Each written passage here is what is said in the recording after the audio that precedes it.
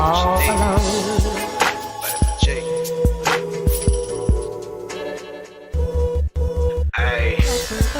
You rockin' with beats, discussing the heat in the streets. Take over the west and the east. I got what you need, a dose of this vitamin G. You rockin' with beats, discussing the heat in the streets. Take over the west and the east. I got what you need, a dose of this vitamin G. You rockin' with beats, discussing the heat in the streets. Take over the west and the east. I got what you need, a dose of this vitamin G. Rockin' with beats, discussing the heat in the streets. I got what you need, a dose of this vitamin G. You rockin' with beats, discussing the heat in the streets. I got what you need, a dose of this vitamin G. You rockin' with beats, discussing the heat in the streets. Take over the west and the east. I got what you need, a dose of this vitamin G. Vitamin G. Vitamin G. Got what you need. I'm on the outside looking in, and I wanna be back on the inside. I don't wanna be left on the outside, all alone. Vitamin G. Got what you need. Vitamin G. Got what you need. All alone. Vitamin G. Discussing that heat in the street. Hey, we got just what you need on Vitamin G. You rockin' with beats, discussing the heat in the streets. Take over the west and the east. I got what you need, a dose of this vitamin G. You rockin' with beats, discussing the heat in the streets. Take over the west and the east. I got what you need, a dose of this vitamin G. You rockin' with beats, discussing the heat in the streets. Take over the west and the east. I got what you need, a dose of this vitamin G. Rockin' with beats, discussing the heat in the streets. I got what you need, a dose of this vitamin G. You rockin' with beats, discussing the heat in the streets. Got what you need, a dose of this vitamin G. You rockin' with beats, discussing the heat in the streets. Take over the west and the east. I got what you need, a dose of this vitamin G. Vitamin G.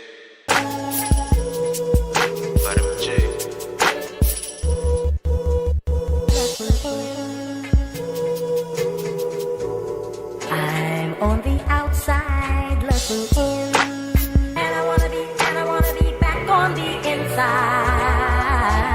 I don't wanna be left on the outside, all alone.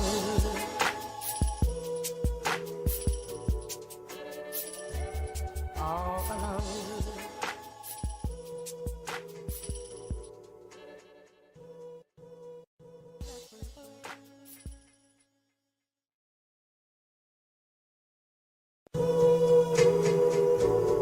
I'm on the outside looking in, and I wanna be back on the inside.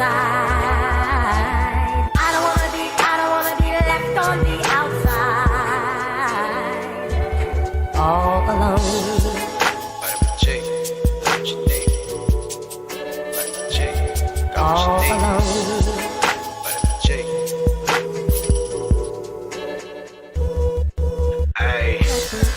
You rockin' with beats, discussing the heat in the streets. Take over the west and the east. I got what you need, a dose of this vitamin G. You rockin' with beats, discussing the heat in the streets. Take over the west and the east. I got what you need, a dose of this vitamin G. You rockin' with beats, discussing the heat in the streets. Take over the west and the east. I got what you need, a dose of this vitamin G. Rockin' with beats, discussing the heat in the streets. I got what you need, a dose of this vitamin G. You rockin' with beats, discussing the heat in the streets.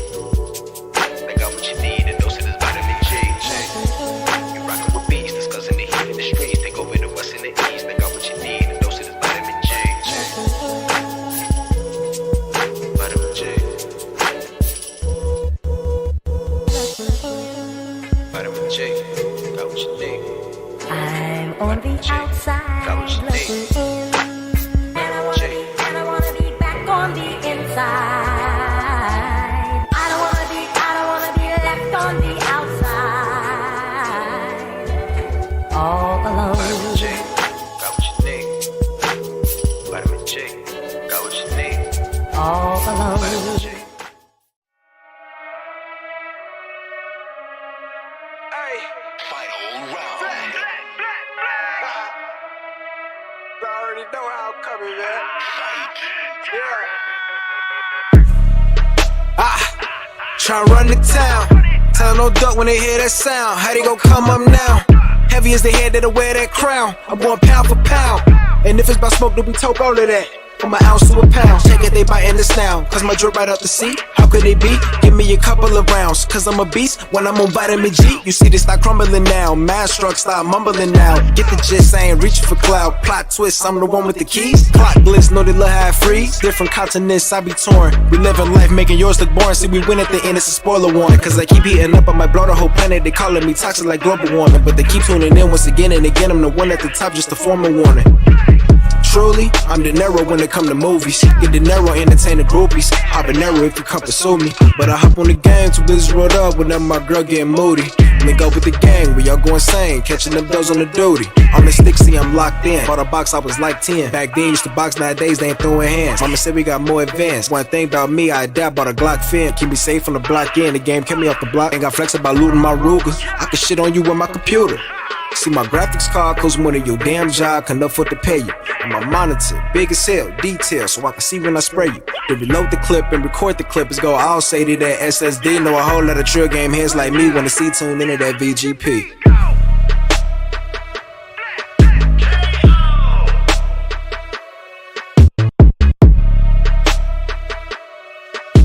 Take over the west and the east, and we got just what you need on vitamin G.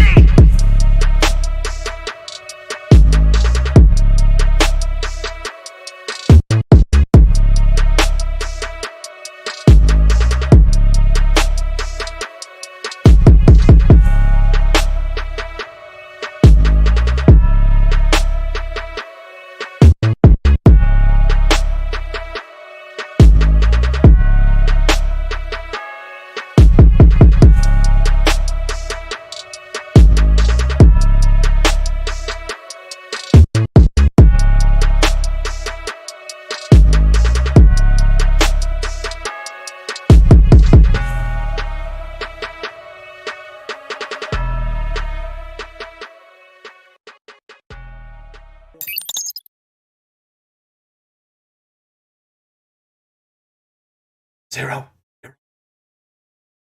What is going on, good people? Please do not change the station. I know things might be a little bit different than what you're used to, but I can assure you this is the Vitamin G podcast. So welcome back for your daily dose of Vitamin G. I am your today's very wonderful, very special guest host, Zero, 386.exe, or just call me Zero for short. And I am joined today by my two very wonderful co-hosts. I am sure that Jubei and Omar are on their way shortly, but and I don't know about Kofi. I haven't heard from him all day today, so we will see. Let's just get things started off with a couple of intros, see what we've been up to, see what we've been playing, give us some thoughts. And I'm going to start also with, I want to get you guys' thoughts along with the intro on like, what do we feel about the trailer for the new Mario movie? Give me some thoughts about it. What did it look like? How we feeling? Is this gonna be, the next big coming, or is this going to be basically the old Mario movie? So let me start with my man Dante. How you doing, my guy? What you been playing? What are your thoughts about this new movie? What are you up to? I'm good. I've been playing I played some Payday 2 today, which was a lot of fun. Always fun to play some Payday 2. Finished Destroy Humans 2, which was a lot of fun. Spoiler for my opinion of Destroy Humans 2. It is a really fun game, really great game. I'm speaking from the perspective of someone who never played the original. The only thing that lets that game down for me is performance, because due to recommended settings, I should be blowing that game out of the goddamn water, especially at like 1080p. But like sometimes in some like especially when I'm flying in the ship, it just can't hold like 1080 60, which is really bad. And I also put that down to the fact that it's on the Unreal Engine 4, which I have said multiple damn times and will continue to say it is a trash engine. Aside from that, been playing some more Fire Emblem Three Houses. Persona 4 Golden got Risei's dungeon done in one stream. More Mass Effect Andromeda. And even though it will be a little late, I started playing, for the month of October, I started playing Doom 3. which is gonna be some fun going my way. As far as like the Mario movie, okay, I'm just gonna get this out of the way. Since you want to talk about it, and I got no recourse to tell you not to talk about it today. You're abusing your damn power. I see how it is. The trailer looked amazing. It looks amazing. Bowser looks intimidating. Jack Black actually sounds like he's trying to sound like Bowser and not sound like Jack Black, which makes me hope that for the Borderlands movie, Jack Black doesn't sound like Jack Black, but also doesn't sound like Claptrap, because Claptrap has one of the most annoying fucking voices in all of video game history. Aside from that, really can't say anything else, because I can't say anything about Chris Pratt's voice as Mario, because I heard him say I heard him say a grand total of probably like 10 words. That's it. And I really can't judge the voice that he's going for off of that, because also, like, he's not the first person to not sound like Charles Martinet, because like we need to remember, Charles Martinet was not the first voice of Mario. One of the first voices of Mario was actually Captain Lou Albano for the Super Mario Brothers Super Show. The god. Yep. Shout out to Captain Lou. Shout out to Captain Lou, rest in peace. But like, so I can't judge him if he's not going to sound like Charles Martinet, because even when Charles Martinet began, people didn't like him as Mario. It wasn't until sometime later that people were like, oh, this is the voice of Mario. It's an interesting take. Let me just ask this, and then I'll move on to someone else. Do you think part of the challenge in casting Chris Pratt, because Chris Pratt has a very distinct voice, as in, you know exactly that is Chris Pratt speaking every single time. So when we hear Mario, are you just going to be hearing Chris Pratt the entire time? No, because I'm going to be seeing it coming out of arguably one of the greatest, if not the great. For fuck's sake, I mean, goddamn, this is the same character that overtook Mickey fucking Mouse as the most recognizable icon out there. So, no, I'm not going to be hearing Chris Pratt's voice out of it, because I'm just going to let myself get absorbed into it and the fact that I'm seeing Mario on screen. So, no, it won't throw me out. Now, Charlie Day, I believe it's Charlie Day playing Luigi. I am very interested to hear what he sounds like as Luigi. I really think it's pitch perfect casting. I think you could just put Charlie in the booth and have him speak. I was like, yeah, that's Luigi. Nervous, uncomfortable Charlie Day being chased by ghosts. Yep, put him right there. But Love here's it. the thing as well that also just like needs to be mentioned as well. Like, I believe, like, as far as like Mario goes, it is canon that he is not from Italy. Like, first of all, he's an Italian plumber made by a Japanese company, so fuck knows what they thought he was going to sound like anyway to begin with. But to my remembrance, like, Mario wasn't, he's a star child. Like, he wasn't born in Italy, so I mean, his voice could literally be anything. Do you know what I mean? I actually don't. I agree with you on that. And I'll further expand on it when I get to sort of my intro to it. But let me move on. Let me a little late, but better late than never. Omar, how are you, sir? What have you been up to? What have you been playing? And I want to get a sort of brief thought on what do you feel about the new Mario movie trailer? Have you seen it? What are your thoughts? Okay, hey, stop. We have a new host. I have yet to meet you. Okay, so here's the thing. I got the platinum in Valkyrie Elysium. Sorry I was late. I started a game called Astragos, and it's semi-soul-y, but it's not. But it's an indie, and I'm enjoying myself so far. I just beat the second boss. I think my next one is the third boss. It's literally in front of me, so I took a break. But that's about it. I watched the snippet, second of it. Chris Pratt sounded quote unquote normal. I'm like, okay. It's a movie. I'm gonna watch it because I watched the Sonic movie, the first one, and I had a blast with it. And this is coming from a person that has seen the Mario Bros. Movie. If you know, you know, the old school one. So no chance in hell it's gonna be worse than that. It can't possibly get any worse. We can only go up from here. Precisely. Or if you, or depending on who you speak on, any better than that.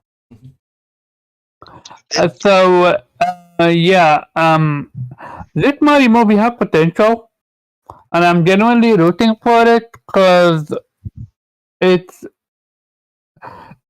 what's called it's cartoony yet at the same time movie like. So I hope it does well. I genuinely do because I'm tired of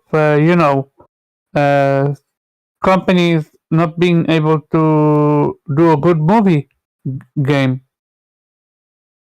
Yeah, I mean, I think we definitely. I mean, we've got a couple of good examples, but we definitely can use some. Resident Evil, Monster I feel Hunter. like most movie games are good. It's just the live action ones are the bad ones. Yes, yeah, I would say that most live action video game movie It's the live action ones that are bad. What's the difference between a movie and a live action? What? Technically, there are animated ones like Resident there's Evil. plenty of animated video game movies and TV shows that are very I good. don't know, those Mortal Kombat But it's animated movies were trash. They were kind of bad. I've also gone on record in saying that the new But the live action Mortal Kombat was good. At least the new Mortal Kombat was horrible. Yeah, I'm sorry. the originals. The originals were fucking. Okay, the first Mortal Kombat movie is The a fucking original was classic. legendary. It is a classic. Yeah, it's a classic. You will wash your mouth out with soap if you speak ill of that fucking movie. Yeah, the last Mortal Kombat was garbage. Like I'll admit that. Garbage, but that's what I'm They trying added to. introduced some extra character for no reason, and Yeah, but that's what I'm trying to explain. They don't seem to be able to get it right. Even with Halo, they weren't able to do it right. live action, man. It's tough to do it in live action. Dude, I'm dreading for the Netflix One Piece series, but I'm gonna give it a go and see how it goes. That Last of Us, I am hoping it's gonna be good, but we will see. And with this Mario, like, how you can, I was about to say, how can you fuck up Mario, but then Mario Bros. Exists. But Mario Bros. Is the goat. I don't think you're gonna fuck this one up. From the look of it, it seems called almost like it almost feels like they took Mario from the video game and planted it in the movie and called it that. And that's how you need to do. You don't need to add. You don't need to give Mario, for example, wings and add to it and all that jazz. Like, let it be Mario. Now I'm just curious about the story, which it's gonna be Rescue Fish, but I'm genuinely curious how it's gonna be. It's not right. It's absolutely gonna be for kids, so we're not gonna see him stomping on Goombas and stuff like that. But I think we are. I think we are. We're just not going to see a bloody mess. We are going to see him stomp on. We are going to see him stomp on Goombas, in my opinion. It's gonna be very interesting to how they're gonna implement that. Also, remember, at least in the lore, every single block you destroy, that's literally a resident that being transformed by an evil witch. I forgot who did that. Either Bowser or somebody else. So I'm curious if they're gonna implement that in the movie or not. If they take, in my opinion, if they take the same care and attention they did with Detective Pikachu, Nintendo is taking the same approach with with this as they did Detective Pikachu, it's gonna turn out all right. And so far it seems as though that they are. But Pharaoh, give me your thoughts. And on top of that, let us know what you've been up to, what you've been playing.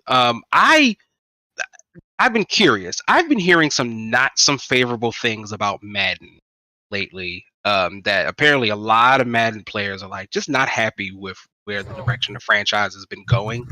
What's up with that? What's going on?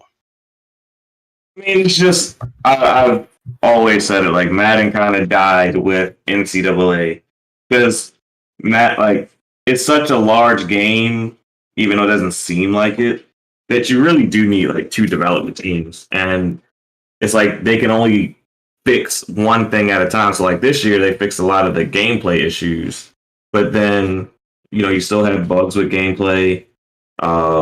Like the freeze glitch still an issue. They have an issue like where like if you're a man coverage, there's like certain things you can do to make the TE uncovered. So like the man just won't cover them at all, and you can just throw a streak to him for an easy touchdown. Interesting. So it's like it's little stuff like that, and like you still got issues with franchise, like the actual like single player modes. Even though they do have multiplayer components now because you have like connected franchise. But those modes that were kind of like more single player still have a lot of issues as well. So it's not like a full experience. But me, I only do head to head, so it doesn't bother me. But for other people who do like MUT and franchise and things like that, like those modes are littered with issues. How would this affect the competitive scene? On the Ultimate Team side, there's a lot of issues like with solo battles and stuff like that. Because you basically, unless you're doing pay to win, you're grinding for cards. So if you need cards that have players, so if you're having issues in MUT and you're not able to get your cards, it makes it harder to compete. Interesting. And I know you shared a little bit, but any more you want to add to the sort of Mario movie discussion? Oh, I thought it looked really good. I think the number one thing when it comes down to doing a video game movie to transferring a video game to a movie is capturing the right art style to captivate the audience. I think they got the art style down pat. I don't think Chris Pratt sounded horrible. I mean, if he just now nails down the part of "It's me, Mario," throws that in there and gets it to sound right, he'll be fine. I do not share the same sentiments. That's the only real trademark thing that of Mario's voice is when he says "It's me, Mario." You can get by on the rest of the conversational part of it. Absolutely. And I'll lead into sort of my thoughts with it. I'll save what I've been playing for last because it'll actually come into our very first topic. But my thoughts on the movie is just sort of absolutely gorgeous. Like, I'm a big animation nerd. Illumination knocked it out of the park with what they did with this movie. Like, stunning. Like, the visuals are absolutely stunning. Like,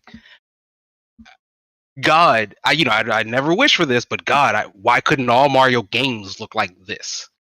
Like, what an absolute... Because the Switch can't handle it. The Switch Pro is coming, ain't that right, Dante? It is on its way any day now, and we will be here for it. Switch Pro will give you the graphics that you want at a frame rate of 7 frames per second, 7 FPS. They need a PlayStation 5 for that. Come on. You think they're gonna invest in that? I mean, it's either that or Nintendo Labo 2. So, which one comes first? Who knows? I've been screaming about that with Pokemon. I've always wanted a Pokemon that on the level of a PlayStation 4 back then. Now 5. So I like that you brought up Pokemon, Omar, because that's where I fall in line with Mario, and particularly versus Detective Pikachu, because they're doing two very different things, and I think both of them are doing them did them very well.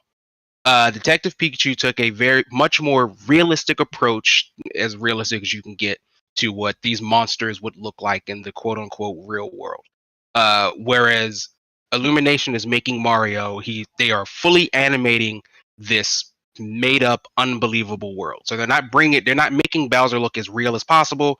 They're just making Bowser as clean and as animated as Bowser looks already, just making him look better than what he usually does.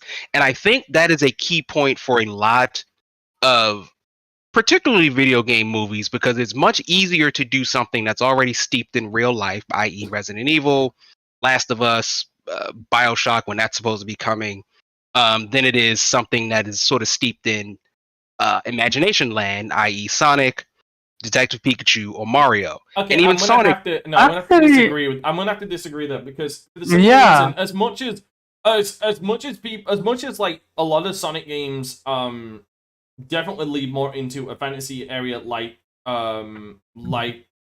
Mania, like Unleash. Well, no, not Unleash. Colors and stuff like that. There is still a human element that has always been shown in a lot of the Sonic games, like Sonic Adventure, Sonic Adventure 2, Sonic Unleashed, Sonic 06, and even the Sonic comics. There have always been humans, so the idea of Sonic being in a city landscape isn't completely alien to the series. And as far as Pokemon goes, Pokemon has always had cities. Like, yeah, there has been a slight fantasy element to them, given the god Pokemon, given locations. Oh, hi, Juba.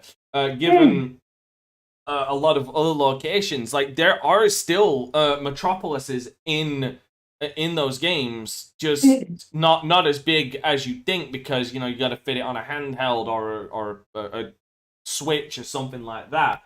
But there's always been cities and humans inside that world, which is why it lent itself well to what they did with Detective Pikachu. They just blew up the city like, no, this is what a city, if the hardware could handle it, this is what what Saffron City would actually look like. It would look like an actual fucking city with Pokemon running around. Oh, no, I do not at all disagree with you with that. I think you're absolutely right. With Mario, he's the only two times he has ever been in a realistic environment like that is Odyssey, which even then there was still a fantasy element to it because it was its own kingdom. Like it was like it was its own world to begin with anyway. And the only other time is Mario Teaches. Yes. Well, and Mario's Missing. Mario's Missing was the one I was thinking of. Mario's Missing. Oh, okay, yeah. Where he travels globetrots through like Italy and such. Yeah, basically. But like for the majority of the time, he has been in fantastical fantasy like areas. But even like I said, even in Odyssey, there was a fantastical element and a non-realistic realism to Metro City, because I mean, for God's sake, it looked like. For God's sake, it was a city that spanned on for fucking miles. That somehow there was taxis and cars riding on this, like this. It looked like a sky. It looked like a city on top of a fucking skyscraper. Yeah, which honestly would probably be an awesome idea for an actual like city in and of itself. Would you agree that what's called if you are creating a fantasy movie, it's very easier to make one versus if you're gonna do it grounded in almost like reality, or where you have set of rules you need to abide with? I think rules are always up in the air because anything that is designed after anything, you can say this is an interpretation of it. So, and you will piss fans off, of course, but like, so be it.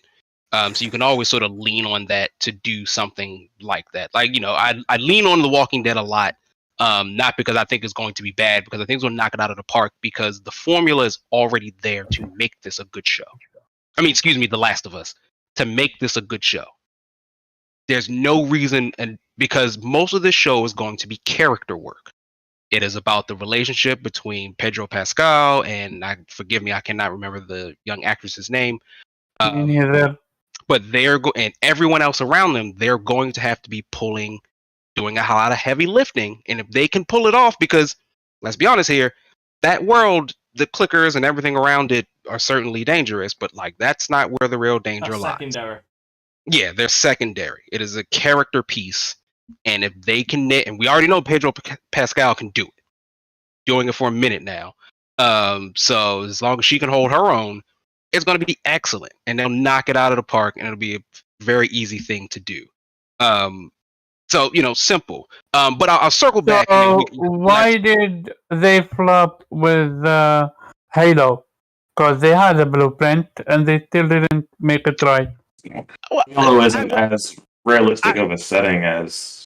yeah, and from what I understand about Halo, they didn't tell the story of Halo yet. That show was a very weird prequel that kicks off before the events of the actual games. Which makes no sense because considering Yeah. he's already met Cortana, Exactly. even though before the timeline, they're basing it off of he didn't meet Cortana until Right. Reach, and even that is like between Reach and Halo 1.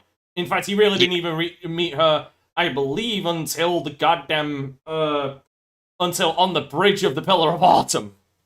Yeah, and so there's this odd running theme. It's its own separate timeline, though. That's the thing. So to answer, once again, to sort of answer your question, Omar, like they've effectively decided, like we're going to take the concept of Halo, but sort of make our own thing and tell our own story. Hollywood version. Yeah, which like can or cannot work. Who never knows? It's an Elseworlds tale. Sure, so be it. We'll see how it goes.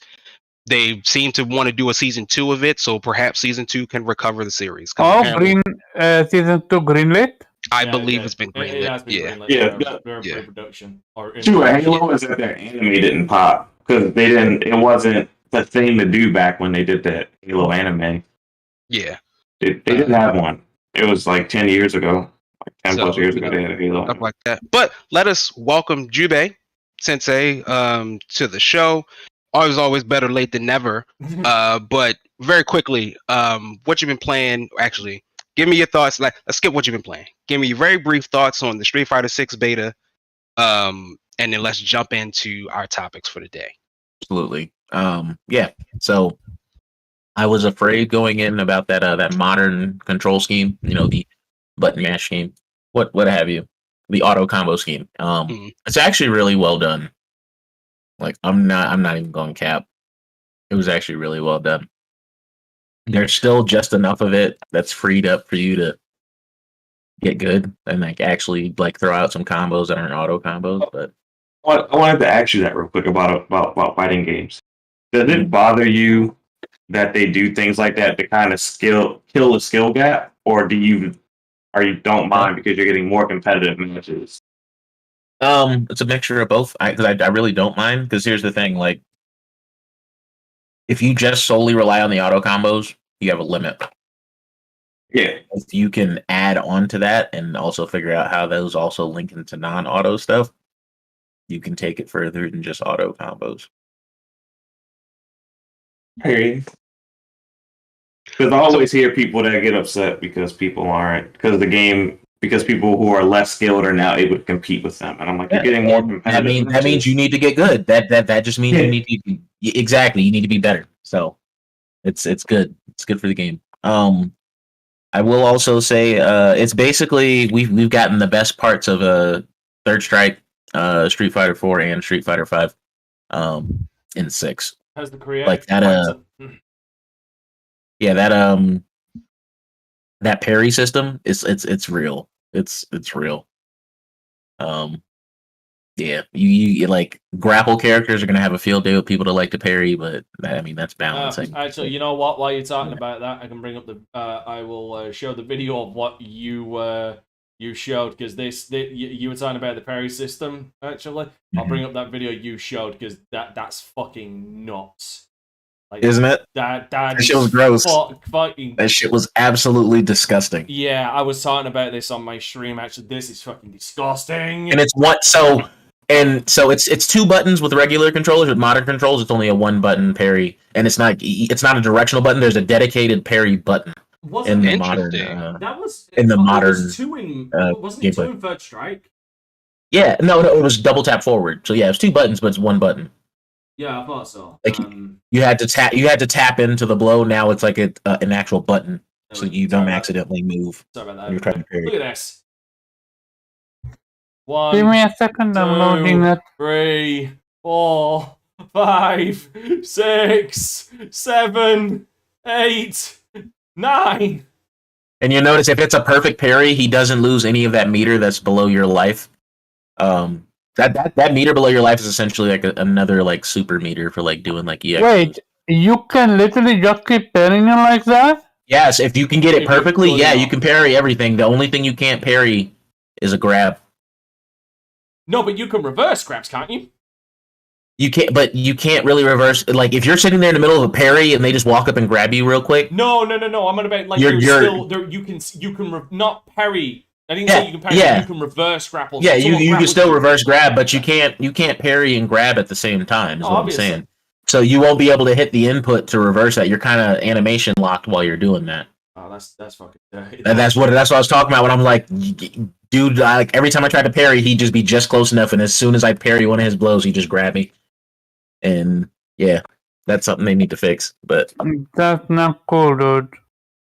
no, it is because it takes skill. Like, and you have to perfectly time it. Like, your parry has to be on time, otherwise you lose meter, and you at some point you stop parrying. Like, if you get it perfect though, your meter doesn't go down. Yeah, there is two stages of parry. There is a normal parry where there is a cost to it, but if you can smack that bitch like on time, you lose Yep. nothing and gain everything. But that requires like a lot of skill, and You also have to parry in the right direction, because you can just stay there and parry anything, but if you parry if you hold like back, it'll kind of do like more of the overhead stuff. If you just like stay neutral there, that kind of covers like the mid and the low stuff. So you also have to get the direction that the blow is coming from correct also to get that perfect. And to put it in perspective for those, I guess, who aren't completely familiar, this what was shown specifically is sort of a recreation of what's known as Moment 37,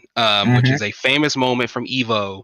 I think it was back in 2004, I think, in a match between two of the greatest Street Fighter players of all time, Daigo and Justin Wong, in which, who is it? It is Justin Wong's Chun-Li, basically about to clutch the win over Daigo, who supers, and then Daigo proceeds to parry each super attack, to then counter with his own super and then win the match. So this is a thing that sort of happened in real time. It shocked sort of the community when it happened. It was like a massive event that like kind of shook everything for a very long time. And so notably called Moment 37, it is sort of a legendary moment across the fighting game community, and probably will be for like all It was time. dope.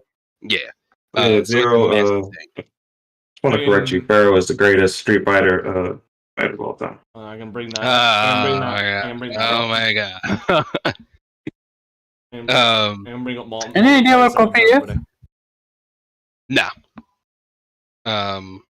So Jubei, what else is in the beta? Is there any other things you can sort of do in there? Like, did it have Kimberly. tour mode? So It it was Ken is the greatest character of all time. who is Ken. Oh, Ken. Yeah, for sure. I got my ass beat like 10 times in a row by a good Ken in there, man. He was fucking me up. How's Kimberly? Kimberly is actually really dope. In the right hands, she's gonna need some balancing, like ASAP. How does she compare to Guy?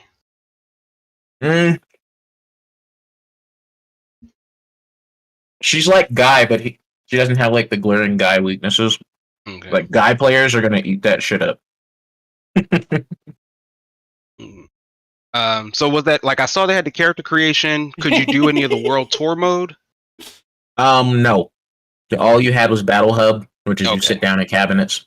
Yes, motherfuckers was in there looking like Tagoro and shit. Just fucking walking around. You had me dead. I would just like to point out some of these cursed ass characters coming out of that. I wanted to bring this up. Look at some of these cursed ass looking motherfuckers coming out of this shit. That's awful. Look at this. Nah, but the character creator's dope. There was like, you got to experience like the random rules mode and shit. That was cool. And then you can also just do solo training while you're queuing for a game. Like I really like the lobby system. It was fast, and you can kind of like queue up at different. Like I like the aesthetic. Like everything is like you're playing in an arcade. So you queue up at an arcade there, and you wait for someone to come sit on the other side. And I thought Soul character were horrible. This is on a whole different level. This is some cursed ass shit. So needless to say, Capcom is on the right track this time for Street Oh, Fighter yeah. 6 in that Oh yeah. we should yeah. be and I too have seen a lot of good results from the community and people who are into it. I've seen a lot of praise from like what they've done so far with Street Fighter 6 and that people seem to be looking forward to this. I most certainly can't wait till it comes out. Yay. Um, Do you think what's called Tekken gonna have the same impact? for that specific community, yes. I don't know. The communities have become very insular, and so like all the communities are just thriving right now. So probably nothing will have the same impact as Street Fighter just because it's Street Fighter, but they're all going to just be eating very, Oh, very. so Street Fighter is bigger than Tekken. Yeah, Street Fighter. Street Fighter's been the biggest for a minute. Yeah, For a good minute. maybe like and depending how you view certain things, Mortal Kombat, but that's more of a deeper fighting game conversation, and we're going to get into. What we Like Mortal are Kombat fell off like Mortal Kombat's ago. no, Popularity actually no. compared to Street Fighter. Mortal Kombat creators pull in far more views than Street Fighter creators do. And it's just I don't. NetherRealm has made that game just far more accessible to casual players than a lot of the other fighting games because there's so much to do in a Mortal Kombat game outside of just fighting each other. What do you mean? There's the test your might Rip. mode. There's the Test your might. Oh, in that Yeah, sense. there's Okay, the- gotcha. the thing that Street Fighter is just adding now to sort of random rules mode. Mortal Kombat had in like Mortal Kombat 9. It is just Yep. it is mass for people who aren't like going to be. I mean, even the guest characters. You might not be interested in Mortal Kombat at all, but like that Freddy showed up might make you want to play that game, or that Jason, Oh yeah, or Leatherface. Like that Arnold. pulls people in. If, Yes. if anything, Mortal Kombat X had the best guest roster lineup Yeah. like ever. Yeah, Out of any game, It- in my it- opinion. yeah. It's a pretty it's a fairly simple game that like takes a lot to master. But a lot of people just recognize, it's still your basic hold down the uppercut type of energy, but like the guest characters and things to do make it far more accessible to a casual audience than a lot of the other sort of big deal fighting games. Not to say that it is those games are small by any means, but like if you go on YouTube and stuff and like games that like the NetherRealm Studio NRS games, they by and large have like a majority of the views that people are watching from. Even the X-ray visions are like it's this kind of cool new thing. Oh yeah. Like all the other games don't have that. It's still just punchy, where like X-ray visions like bring something unique and different. Also, Fatality is just simply flat out legendary. Yes. So NetherRealm just sort of has that thing that a lot of other games are sort of working towards, but just doesn't have it yet. It has that something special. Apparently, they're working on two projects at the same time, which is gonna be a new Mortal Kombat and maybe not Marvel vs. Capcom. Injustice. You see. Yeah, We'll see. Injustice. We will see. I played a lot of Injustice, and currently I'm playing a lot of Overwatch. Overwatch 2 is just Overwatch. It is more of the same, honestly. The characters, the characters are functionally the same. Dante, you and I played what about a month ago. It's really not that different. So what's the point What of were two we then? playing again, sir? Overwatch. Oh yeah. So what's the point of two then? Couldn't tell you. That is a question for Blizzard, not a question for me. And a question. New But money, more content Yeah, but later down the road. a better question is probably why is Blizzard, and to a larger extent, why is Activision sort of instigating these or enacting these rules that seem to make things a bit more difficult for people in order to play their games. And it sort of leads to our first topic in going into how Microsoft, Activision, and Blizzard are sort of having this sort of same phone number problem all across the board. Oh yeah. So I'm going to read from this sort of article from Eurogamer. We're going to talk about it real quick. Those who are going to be diving into Modern Warfare 2 via PC on its launch will face the same problem as those going into Blizzard's recently released Overwatch 2. You will need to link a phone number to access the game, and mobile phones with prepaid plan may not work. If you head over to the phone notification page on battle.net support site, you will see that text stating that those playing Call of Duty Modern Warfare 2 or those with newly created Overwatch 2 accounts and newly created Call of Duty Modern Warfare accounts will be required to add phone numbers to access the game. The page continues, adding a phone number will allow Blizzard Entertainment to send you notifications when important changes are made to your account. Any mobile phone in a supported country with a data plan that is not prepaid or a voice over IP number can be used with this service. Meanwhile, if you're thinking you could circumvent this phone number requirement by accessing Modern Warfare via Steam, there's bad news. You'll also need to have a phone number linked to your account there to access the game. If you scroll down and read the very small print on the Modern Warfare 2 sales page, Valve states that that a mobile phone number must be linked to your Steam account in order to access the game. However, in this case, there is no mention on whether those prepaid phone plans will see their endeavors. I have no idea what this word means. Scuppered. SCUPP, scuppered. What is scuppered? I will Google search in a moment. I have no clue what that word is. You guys have one job. Come on, it's English.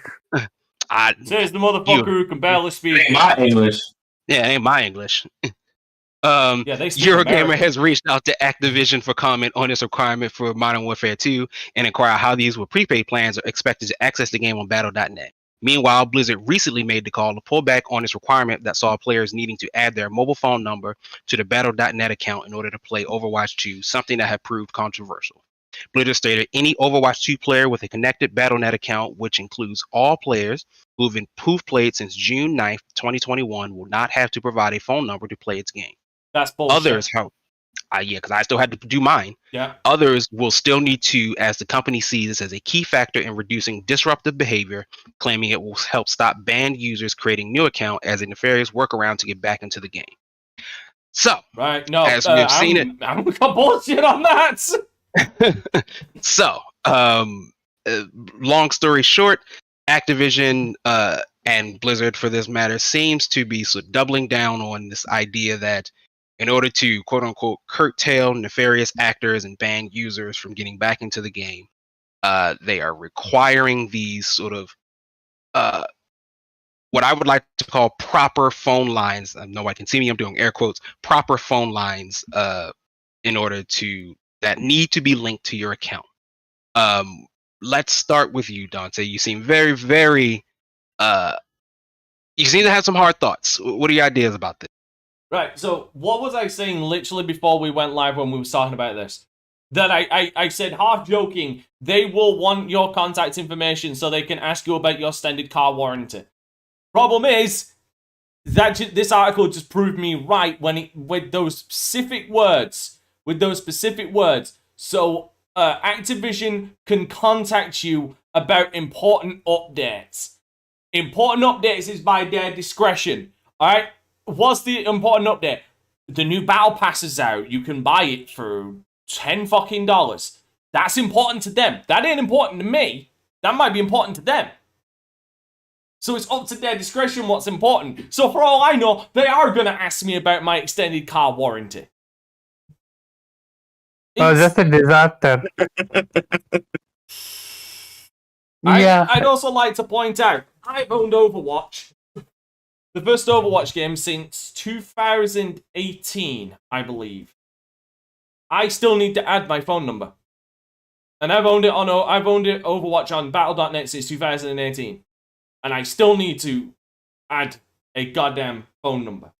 I need to update the game real quick so I can give you some proper fucking clarification on that. I just don't want it to kill my internet.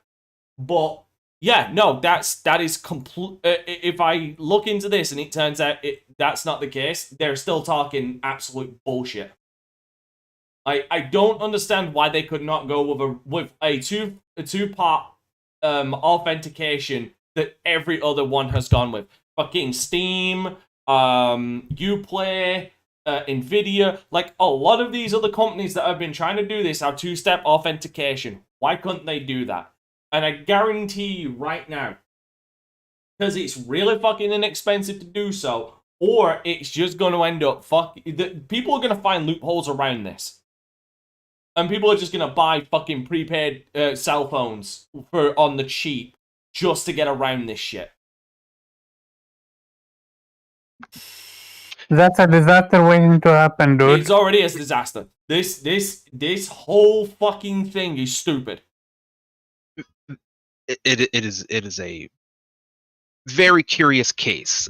Pharaoh, you usually have we are giving up more freedoms for quote unquote security. We're giving up more freedoms and more information than we should fucking have to.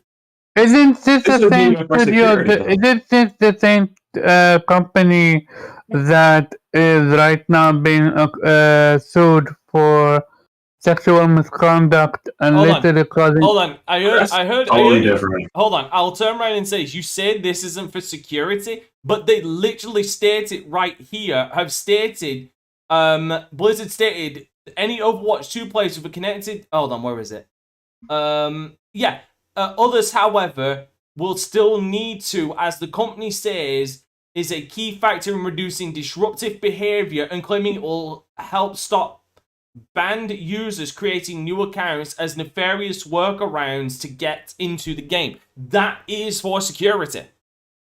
Well, that's what I wanted to ask. Isn't this the same company that I wouldn't consider literally? that security. I would is. consider that trying to keep cheaters off their platform. That is a security measure, which honestly, why don't they just invest in a goddamn anti-cheat then? Yeah, Pharaoh, can you sell us perhaps on why Blizzard would be doing this, or Activision as well? Like you're usually in tune with the business side of what these companies are doing, for right or for wrong. Just like I mean, I think Dante's right in the sense that if you're looking at it from a business perspective, it's just more ways for them to market to you. I mean, that's basically it. What is the protection from companies like FTC and all that jazz that's supposed to protect the consumer? Should they not step in? It's not. Does it hurt the consumer because the consumer doesn't have to play said game? I'd also just like to point out does, this actually hurts the consumer on the case of what if there is a big giant, because it's possible, it has happened. Hello, Bethesda. What if there's a fucking internal what if there's a leak that then my phone number is out there in the fucking ether? Yeah, this is also the same company that literally right now in a lawsuit, again, because they abused the system. Right. I'd like to hold on. Update. That's totally different. Update. No. Hold on. Oh, update. I have just gotten I didn't need to put in a number to get in, so they have actually patched that in. They have just patched that in. So because is that one or two? Two. Well, one is dead. One is dead. Yeah, one's dead. One servers are done. Yeah, one is dead. Yeah, I forgot one is dead. Yeah, I literally just booted up the game after an update. I don't need to put in a phone number, but that's because I already fucking owned it. What I will turn around and say, looking at this right the fuck now, I had Diva unlocked, I had Ash unlocked, I had fucking McCree unlocked, I had a number of these unlocked. Why the fuck do I have to unlock these again? Because you need to play 100 matches before you can unlock everything. That's bullshit. Yeah, they kind of messed up because the same happened to me. But for some other people I know it didn't, and they got to keep their characters. Oh, then they were lucky because I literally reported on it on my podcast. There's certain things you have to hit in the original Overwatch in order to keep all your characters in Overwatch 2. That you're not gonna be able to bring your old character to the next game. You need to unlock them. But what's weird, you though, can. if you look, If you get certain probably things have in the original Overwatch, you can. Yeah, but this is 2. I'm talking about 2. That's what I'm talking about. I said if you do enough in Overwatch 1, it allows you to take your characters with you to Overwatch 2. Is what I've heard Overwatch 2 players tell me. Which is stupid because I already own the fucking game. I already unlocked all these characters. Fuck off. Give me my goddamn characters. It's like either you had to purchase a certain DLC back on the original Overwatch, or there's things you had to hit in the original Overwatch for your characters to transfer over. I bought the goddamn thingy edition of this game. I bought the. I don't know the exact details, but apparently there's some way that your original characters transfer over to Overwatch 2. I don't play the game, but I get heard that that. it's possible. I get that, but my biggest problem is like there was 2 tiers to this game, wasn't there? There was Overwatch and then there was the Ultimate Edition, right? Yeah. I had the Ultimate Edition because I got it at a really fucking cheap price. I think I got it for £30. But I bought the Ultimate Edition of the original Overwatch back in 2018, 2017. I should have these fucking characters. The fuck out of here. It's a DLC that came out after that. I'm there not was no with you, bro. DLCs It's that like came some out deal. after that. There weren't? Okay. No. Apparently it's some deal. It's something really strange because, like, I don't know if you can see it right now, Dante, but I bet if you look at your characters, you probably have the skins for them. You just can't unlock them. You know what? Because I have that too. Let's look at it on screen then. Actually, I'll put up a visual for everybody. I'll boot back in. Give me a second. But while you're doing that, Omar, I wanted to sort of circle back and ask you a question because you brought up something about sort of the integrity of Blizzard and Activision currently with like Precisely. their all cases. So my question for you would be this: like, what? Let's say in a perfect world, or just in right now, what could they do? So let's say you're like, all right, I want to play Overwatch 2. I heard this game is great. What could they do or need to do to make you comfortable to like want to play this game? What are the proper steps they need to do right now? Hold the people accountable that caused the woman to have a suicide, that caused the woman to kill herself. Well, let me step back. I don't have Let me step back. Oh, so you don't have the skins? I have to fucking buy this skin again, which I unlocked. I literally, yeah, everything's gonna need to be bought. The only, I don't know. And I have a fucking stream up of me unlocking that fucking skin. Oh, that is fucking ass. I literally asked, what's the point of 2 if you're not adding stuff to it? They will add stuff over feels time. like- This is just launch day one. New money. You're not. Under the guise of a You're new game. supposed to launch with the new stuff because it's 2. No, it's not you 1. gotta pay for the new stuff, and the way that you pay for the new stuff is buying Overwatch, so that you cover the development costs. Remember, you gotta support the devs, and then the devs will sell you the DLC that they used your $60, $70 when you purchase the game for. Yeah, that's how that's gonna work. But to go back to the topic, Zero, I absolutely don't see them do that because. Well, let me step you back for a second. That's super big picture, which I understand that. Hold on. I meant very specifically for this cell phone specific situation. Hold on, this is confusing. Oh. Hold on, this is confusing because if I click on any of these other skins, it reverts back to this one. This is weird because it's reverting back to that skin, but it just locked the fucking skin. Then yours might not be completely there yet, because mine. Like I had this skin. I had the skin equipped. So if I go over a week before my skin showed up. Hold on. If I go to Diva, I have Black Cat. It's locked. But it's equipped. But if I go and equip any other fucking skin of hers, it will lock that skin. I said my stuff didn't show up for about a week. That's like nothing. I had 0, and then one day I looked and I was like, "Wait, all my stuff is here." Please continue. I'm really annoyed right now. Yeah, so I couldn't tell you. Also, I don't know if anything's tied to the fact that they make you do the training mode first on here to do anything. You have to, which is silly, but you have to unlock to play the game, Mm-hmm. which is odd. But back to you, Omar. What I was saying specifically about the cell phone, like, Yeah, no, what does Activision have to do to like? remove it. That's all the situation. Like, I'm not trusting you with my phone. I'm sorry. I don't want to get spammed with messages with what do you call it, discount and all that jazz for microtransaction and loot boxes. Like, no, I'm Gucci when it comes to stuff like that. Now, if they just did something, probably like what most companies do, if they just required an email, that's probably better, right? They already Yeah, have and I my use a email. fake.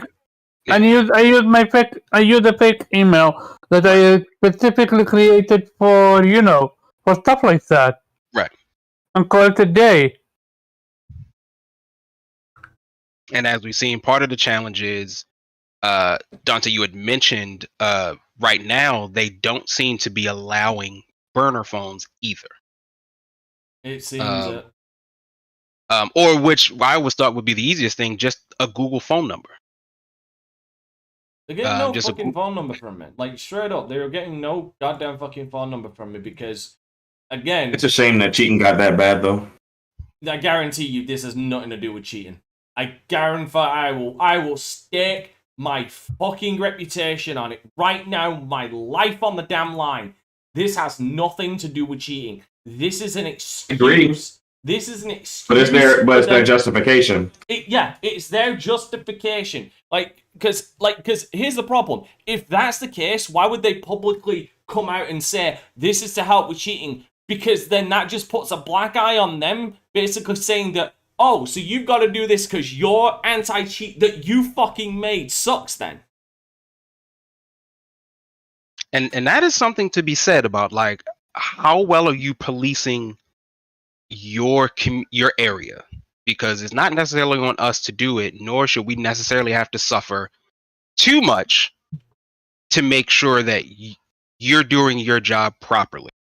And I think about that, like, Jubei, you and I are pretty strongly into the fighting game community. How would you feel if Street Fighter had this requirement? Or any of the it would be limited. They kind of do. You actually need a Capcom ID linked to something in order to use their service. But does the Capcom ID require a phone number? I put one on email. I don't remember if it required. I'd have to go look. I don't get it. I don't understand why a company needs my phone number. Email address is easy. You can create a new email address. But phone number, that be fake. That privacy. That shut for, companies that you're dealing with, stuff like that. Not for gaming. I mean, I don't disagree. My thoughts on this is that it's a little odd that they've stepped so far out of what seems to be the norm in a two-factor authentication space. And they are the only one doing it. Exactly. You're not making anything new, nor does this seem to be any more secure than anything else anyone else does. And my personal pet peeve is that, quite frankly, you're punishing people who don't buy into the idea of a proper cell phone line. Because all day, every day throughout my TV, I can see commercials for Mint Mobile, any of these other small time cell phone companies that are like, pay $13 a month. And it's like, for a lot of people, that is very enticing. I pay probably I pay $150 a month for my cell phone plan. I could probably switch, but I use all the bells and whistles that come with it. For certain people, they don't need to do that. They got laptops, tablets, computers to handle all of that. So they're effectively punished because they're not with one of the big carriers, because they're not spending $100+ a month to do what? Have 4 gigs of data, unlimited minutes to text, to call, to do anyone else, just to play a game, a free to play game at that. Like, it's not like something that's I got to come out of money for.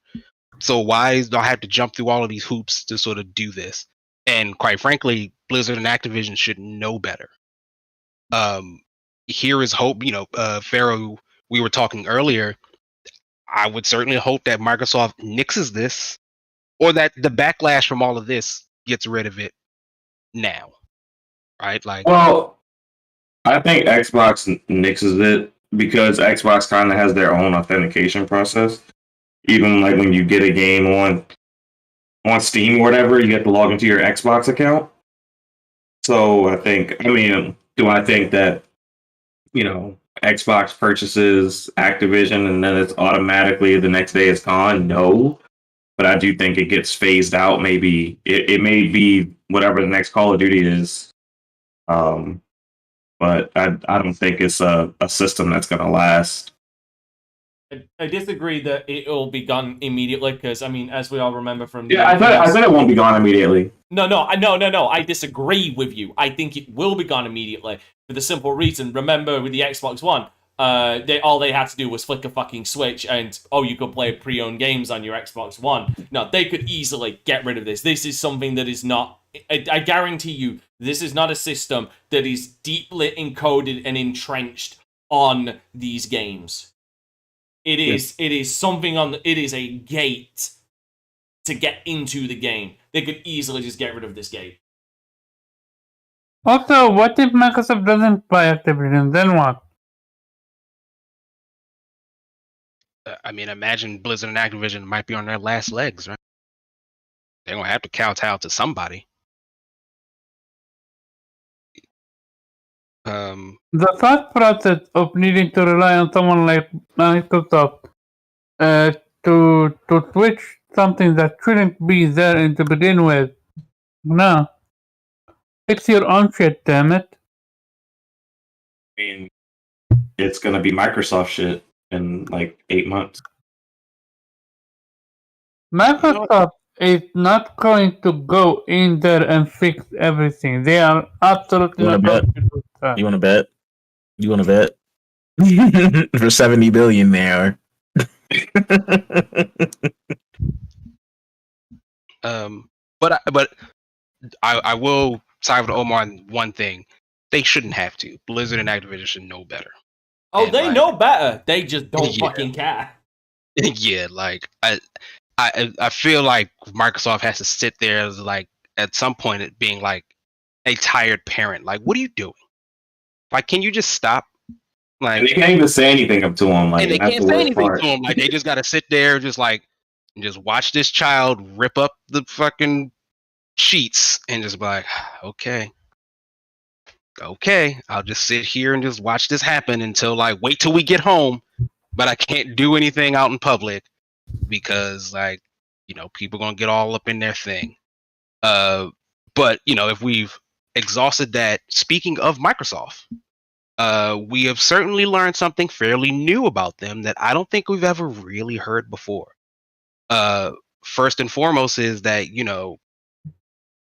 Brazil, land of Jesus, has Jesus seemingly wants a hug. yes, has approved the Microsoft Activision deal. Now, of course, please bear in mind to everyone, this is just a step. This is just a footnote.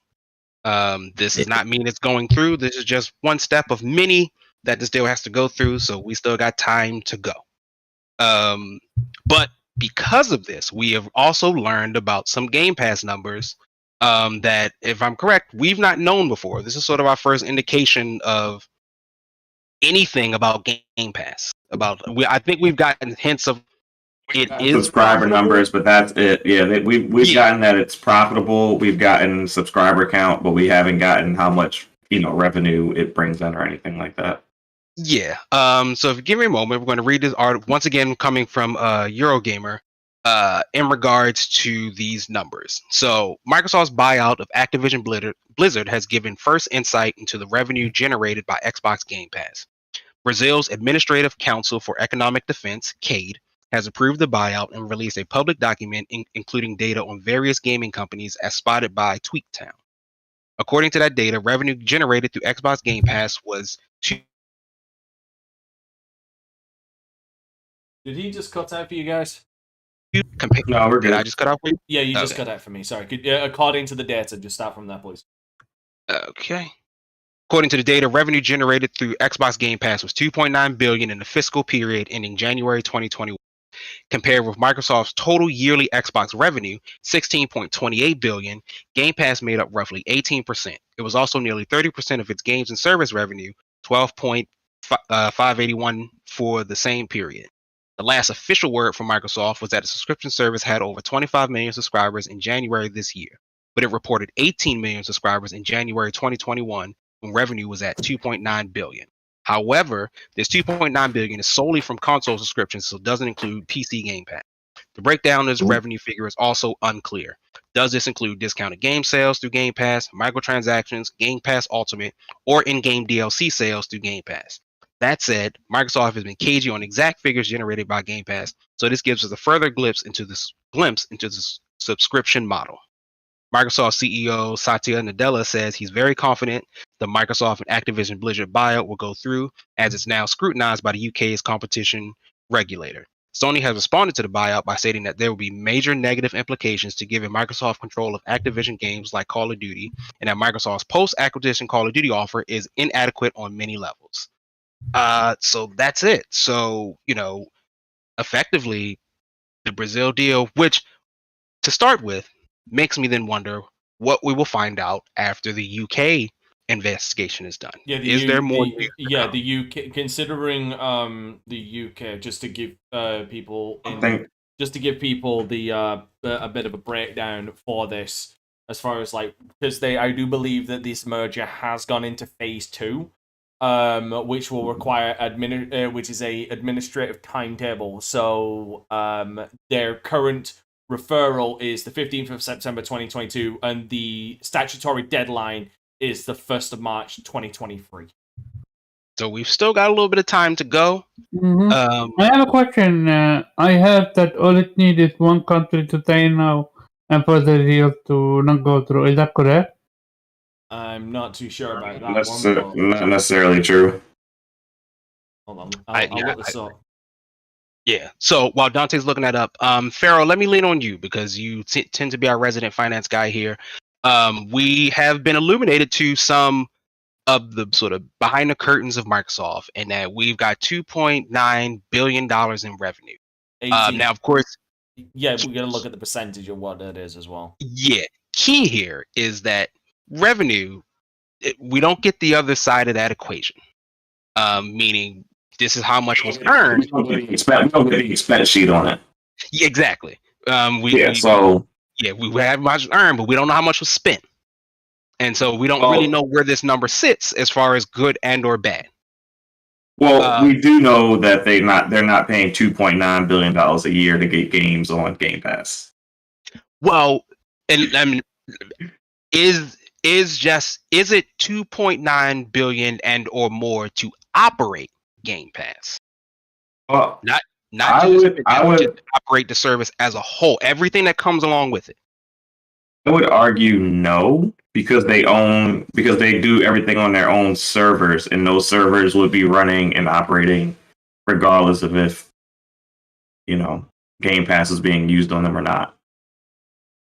Well, not even including. Well, I mean everything. Meaning the marketing, meaning the serving costs, meaning were you paying the people who run the Game Pass? Yeah, but I'm saying that would be the most expensive thing. Would probably be the dedicated servers to Game Pass. That would probably be the most, because they don't do a lot of marketing for Game Pass. Most of the marketing is Twitter and you logging on to Xbox and being marketed when you log on. You don't see a lot of Game Pass commercials. They're not. Gaming magazines aren't even a thing anymore. So give or take, ballpark figure. How much actual earned revenue have they gotten? If you take away everything it costs to actually manage Game Pass as a whole, they say the 2.9.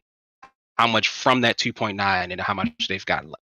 How much have they really earned? Yeah, is that profit or is that how much it's making? How much profit? No, that's just revenue. So how much profit? That's not. I'm not gonna act like I'm qualified to give that number. But if I was gonna give a ballpark number, I would say, you're probably looking at like $800 million a year in operating costs. That's what I would guess, like 800 to 900 million at most in operating costs. And that's not That's what I would say. That's operating costs for the servers, for the space, for everything. That's not including how much they're giving to these developers and studios to put their games on. That's including that too. Yeah, about 800 to 900 million. Because I mean, they're not lights. They're not paying for the servers. They already own them. So I mean, you're talking about licensing. You gotta pay for the electricity to keep those servers on. Yeah. As we all know, but the electricity price has fucking gone up. Yeah, but I mean, like I said, but a lot of that cost doesn't get put onto Xbox per se, because all that is going to be up and running regardless of if Xbox exists or not. And all them Azure servers, they're going to be there, like the building and the facilities and the housing. So we're talking about like purchasing server blades, dedicated server blades for that. I was going to say, how granular do you think?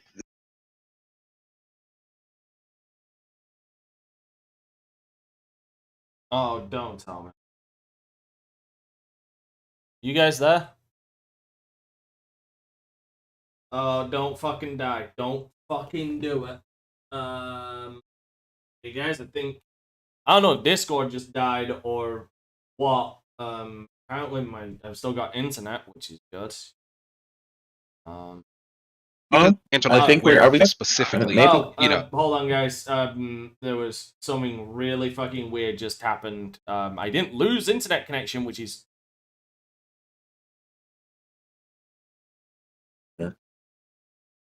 Okay, that's weird. My apologies, guys. Could you start over from the there top? There we go. It did drop out on his end. Yeah, that was weird. Like I didn't lose connection. Like the stream didn't go down. I didn't get a disconnect or anything on Discord. It's just like on OBS. It's just. Are you hosting?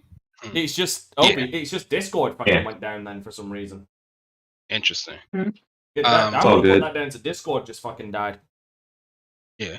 But no, what I was asking, just Pharaoh specifically, or anyone, not Pharaoh specifically, how granular do you think their services are split apart? Because Microsoft as an organization, they have a lot of crossover in just the things they do.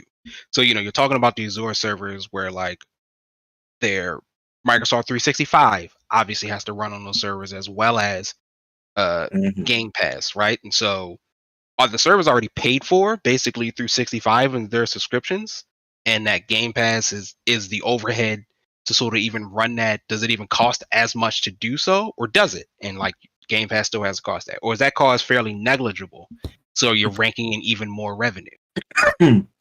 Yeah, that's the thing. We don't know the exact cost. I think the way that Microsoft works, I don't think they place Azure server costs on any of the actual like divisions themselves. Like it's just like a company expense. Like I don't think they, like when they do their earnings report, I don't think they charge Azure costs to like more personal computing or whatever other segments that they have. Okay, makes sense. So that's what I'm saying. It's kind of hard to give like an exact number. Yeah, and I'm asking all speculative stuff here because a lot of this is still clouded in shadow, right? Because I mean, at most we could do is look at like how much like a third party company pays to use access to the servers, but even then, like Microsoft or Amazon isn't paying any of that because they already paid for the servers. They paid the upfront costs. So, So what I'd ask then is Jube, now that this has come out from sort of Brazil side, and we can sort of expect more to come out, what do we expect this to be a sort of now perhaps a more open book from Microsoft, hopefully, right? Do you expect them to maybe now be a bit more forthcoming with some of these numbers, or do you think whether or not the deal goes good or for them to sort of revert back to like, nah, we're not really telling anybody these numbers? I think actually they might just stay the course, and more of these numbers are going to come out as we move through different approvals or not approvals, in the process. Because then Microsoft doesn't necessarily have to feel embarrassment for the numbers coming out. You know what I mean? Like it's an official document. That way, there's no way you can also say that they doctored their numbers either, because You can't. It'd be illegal. can't exactly. So They can omit numbers from filings, but like they have to give revenue. They would have Right. to give revenue numbers, otherwise that's fraud. Literally. right, exactly. So You go you ahead. use the The one thing word I will say is, oh, no. I was gonna say, Go ahead, sir. I'll circle back. Yeah. I was gonna say the one thing that I can see is kind of maybe an incentive for Microsoft, being that Game Pass is profitable, is that other business sectors within Microsoft may be like, oh yes, let's keep pushing Game Pass so that we can get servers in different regions, and we can really sell what we want to sell, which is Office and all our other Microsoft stuff. So I mean, Yep. the other divisions of Microsoft might not really care how much Game Pass really makes profit wise, as long as it allows them to put more servers in different parts of the world. So, and I liked how you said that, Pharaoh, because Jube, you mentioned the word embarrassment. Do you think? And because Microsoft's a massive company, right? Like, arguably, they got nothing to be embarrassed about. One of the wealthiest companies in the world. Even if Xbox isn't, the leader in the video game space. Do you think this is why they don't really release their numbers, just because they aren't doing the best in this particular area, despite the fact that they're Absolutely. attached to But here's the thing. the largest Here's the company, thing. one of the largest company in the world? No, If Microsoft had a big enough advantage in the market, the numbers would be out there, because that's free, easy PR. Precisely. That's it the wouldn't. whole It wouldn't be in the. It wouldn't be in the earnings report though, because Microsoft's it wouldn't be a in the earnings $1 report. But company. It wouldn't be Right. in like when people if you're looking at the earning report every year, it's not going to be in there because Microsoft as a division isn't big enough to be its own division. That's how big Microsoft is. It's a little bit different compared to other companies where gaming is the biggest division or the only thing that company does. It's a little bit different. Like So- Amazon's not going to put out a section for their gaming profits because gaming doesn't make them enough money for it to be worth to talk about to their shareholders. Yep. Like it's not $1 billion company. We're talking about $1 trillion companies. Like the gaming industry ain't pulling $1 trillion in for nobody. Yep. It's a little different.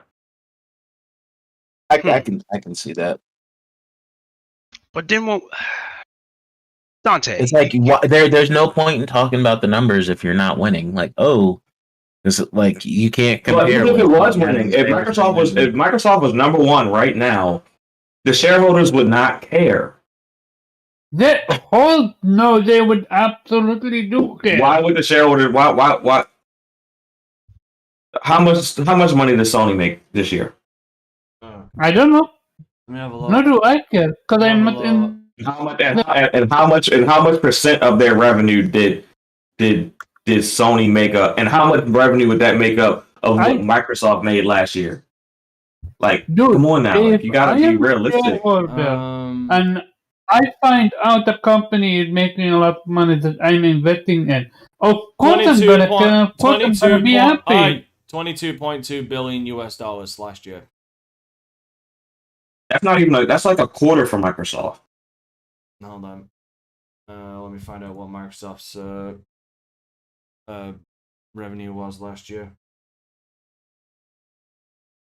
Microsoft games. No, not Microsoft games, just Microsoft. That's what I'm not talking about the gaming. I'm just talking about. No, but you were talking about the separation of like what does it bring in, and then you asked how much does PlayStation bring in for Sony, and I'm just looking up like what they do. Annual. Okay, I need to look at. So according to, it's hard to find legit numbers because they rarely put those out. One second. Because I'm telling you, like, there are segments of Microsoft that do what Sony did in a year, like in a fucking Okay, like so 1 or 2 if quarters. I'm reading this correct, the gaming revenue generated by Microsoft in fiscal year 2021 was $15.370 billion. Yeah, that's too small for them. That's too small numbers to report. That's what I'm telling. Like, Well, they reported it apparently though. no, I'm talking about as its own separate section because right now they are a subsection of more personal computing. They don't have their own. They're not counted as their own division on the earnings report. So that's why we don't get the full financials. We just get the financials of that department. Yeah, Microsoft gaming revenue. No, we don't get the financial because they're not doing good. Which that is bundled the same as like what's in Sony, because that's revenue generated by Sony's gaming network services. No, if you look at Sony's earnings report is much more detailed because gaming is much more a much larger chunk of their earnings. So like they do first party sales, third party sales, subscriptions. All of that is in every earnings report. Versus a Microsoft earnings report just says this is how much our gaming segment made. They don't go into that much depth because it doesn't make enough money to warrant going into that much depth because they make so much money in other departments. That's what.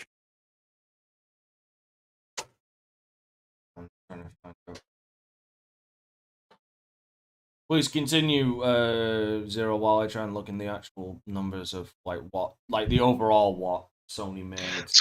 So I wanted to. I'll come back to you, Don, because I wanted to turn to you. But let me switch gears to it, and let me switch to you, Omar. So we've gotten this piece from Microsoft. We understand like how they're operating and how they're moving. But you're primarily a Sony guy, and so I'm curious. It seems probably much more likely that Sony would actually come out with these numbers for their subscription service, i.e., PS Now, or PS Now Plus. I don't remember what it was called. Yeah, PS Now. okay, now what you want to Yeah. Do you think they'll release the numbers for PS Plus? Oh yeah, they must. They want to combat this deal. They're gonna be upfront and honest about everything. Otherwise, if let's say they say what's called, we only get let's say 10 million, and when in fact they have 20 or 30 million, and you find out, they're gonna be in a lot of trouble. Okay, so I found a breakdown of it. So yeah, go ahead. In 2021 for Sony, gaming network services bought in 22.4 billion. Music bought in 9.95 billion. Again, if I'm it is in billions. Pictures, which is movies and stuff, bought in 11.03 billion. Electronic products and solutions bought in 20.83 billion. Images and sensing solutions bought in 9.59 billion. Financial services bought in 13.66 billion. All other bought in 0.88, and corporate and estimations bought in a negative 1.98. So you see, Sony, PlayStation brings in like a good portion of their revenue. Okay. Well, I mean, if we were to break it down, it brings in it's the highest earner broken down in categories, but overall, it's if you were to lump everything else together, it only brings in a quarter of their revenue. So a quarter is a shit ton. Like that's a lot. That's what I'm saying. Microsoft, which tracks though, right? Because Sony is it's a media company. Yeah. So a version of media is, it's multiple versions of media there, but like one version is a quarter, with music and film being like the other parts of it, and then their financial services being the part different. Whereas Microsoft being primarily a software manufacturer, software and services. But hey, you also forget Sony also sells life insurance. They are an insurance company. That's why it says financial services. That financial services company. Yeah, that's that. And like I even turned around and mentioned financial services.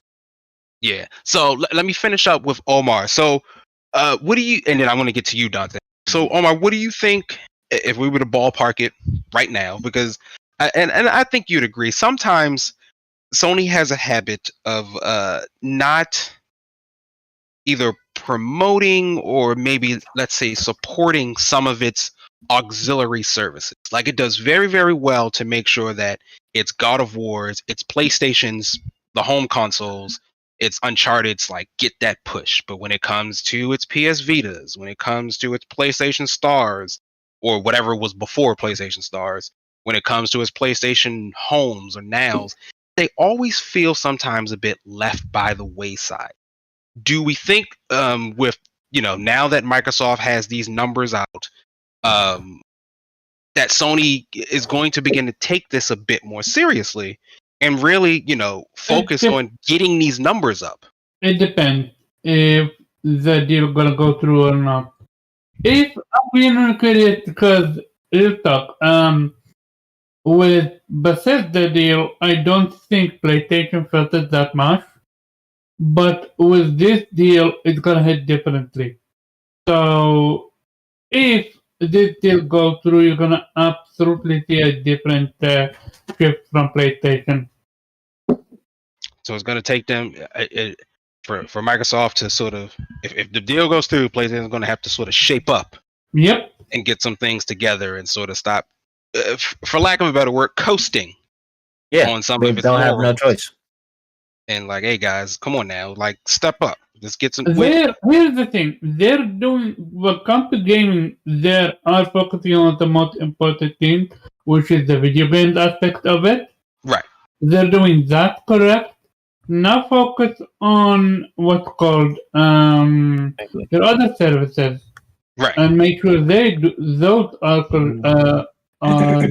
in top shape, and you what's called invest in them and also upgrade them and pay attention to them and don't put them in the late side. So, for example, what you call that yet? PlayStation Now, we have they have yet to release a new what's called PlayStation PS1 game. Have they not? They have, but they're tickling it every now and then. Some what's called some months they don't even upgrade it. They apologize, and like for example, we just got Sly Cooper, the collection.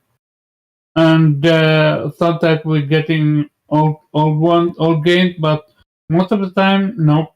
It's like they launch this service without being ready for it, which is also showcased with the PlayStation Stars, whatever you want to call it. That's a service that's going to take a while in order to, grow and all that jazz.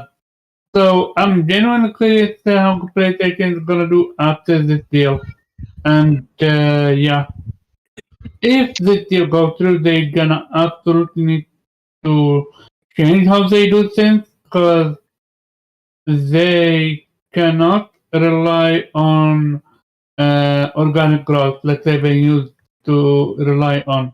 Because now the game have quote unquote changed, no pun intended.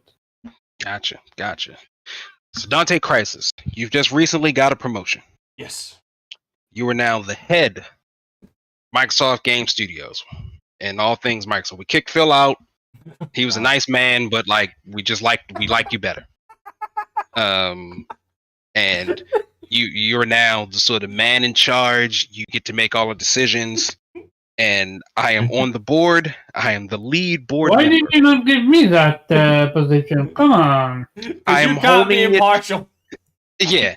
You're just going to sabotage us from within. We have heard about you, Omar. Like, I have spoken with Jim Ryan. He said you guys were best friends and that you eat lunch like every Thursday. Yeah. I can't have you be a part of this team. So I had to go speak with Dante. I'm the number one shareholder.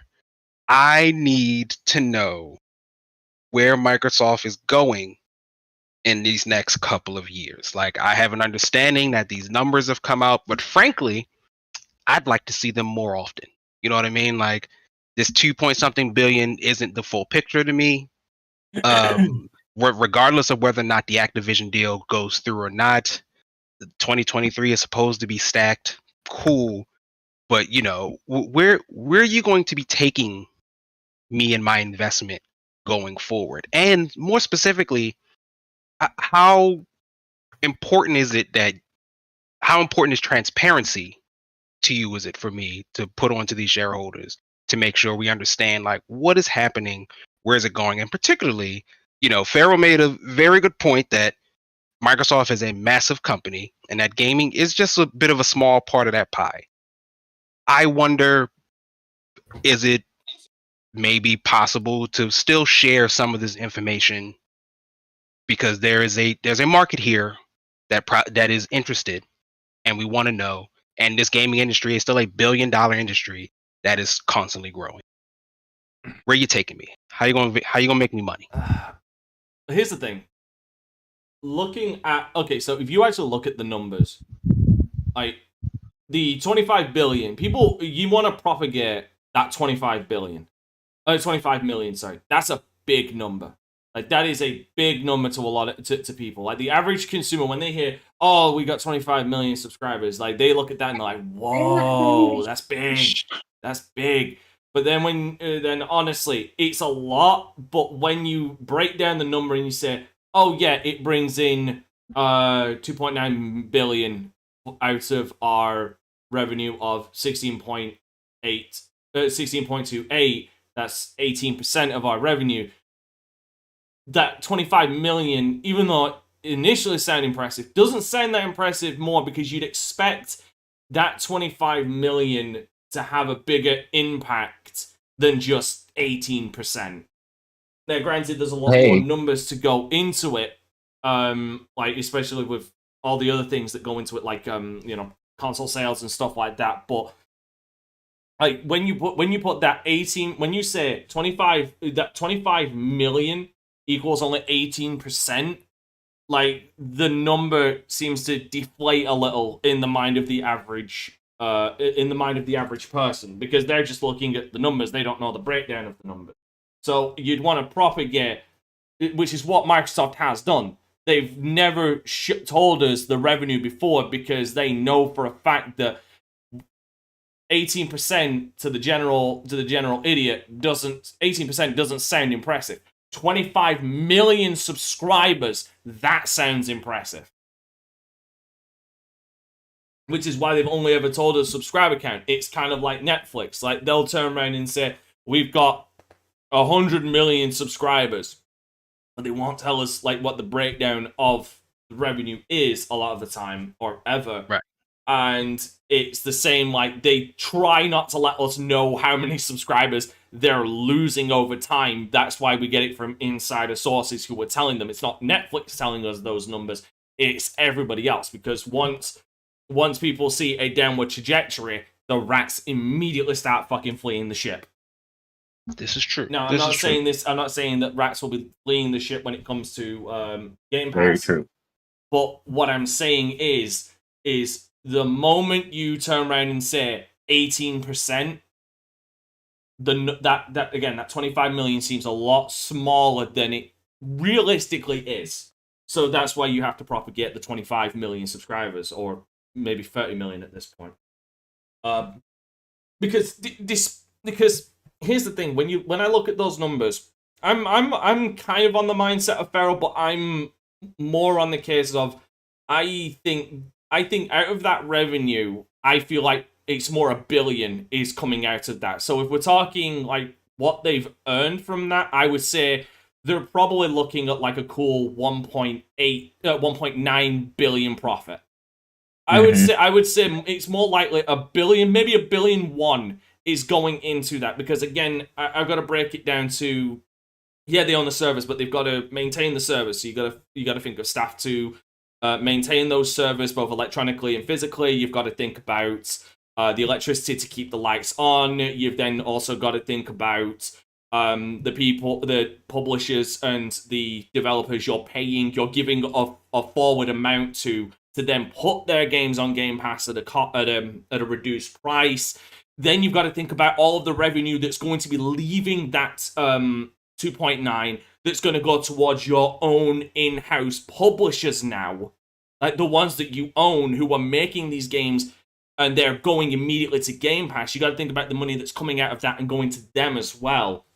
Which is why I'm thinking it's more towards a 1.9, a 1 to 1.1 billion that is being taken out of that revenue back into Game Pass. Yeah.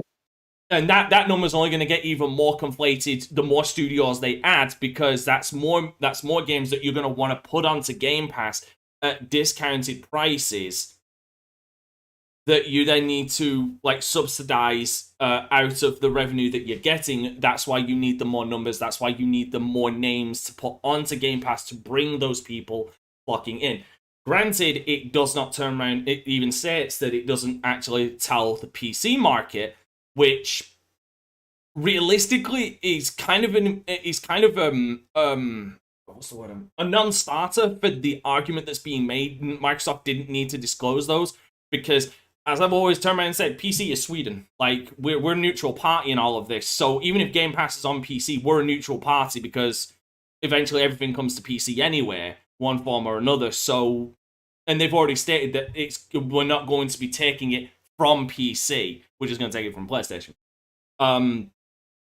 But yeah, so they don't need to. I can't imagine that the numbers are anywhere close to 25 million. I would say probably... I'd be surprised if they have cracked around 2 million. And the reason why is, again, they don't have Game Pass yet on the PC market leader, which is Steam. The moment it gets on that, I expect it to crack like 5 billion in the first half an hour. 5 million, sorry, in the first half an hour. Abso-fucking-lutely.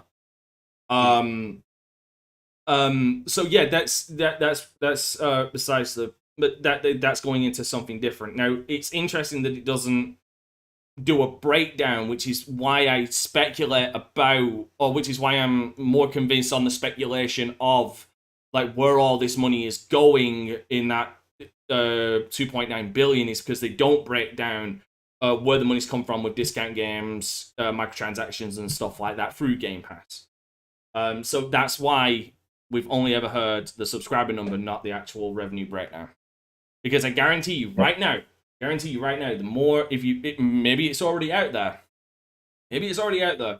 But you could probably look up on Twitter and you will find people in this tribalistic nature, you will find people using that 18% as a negative towards Game Pass already.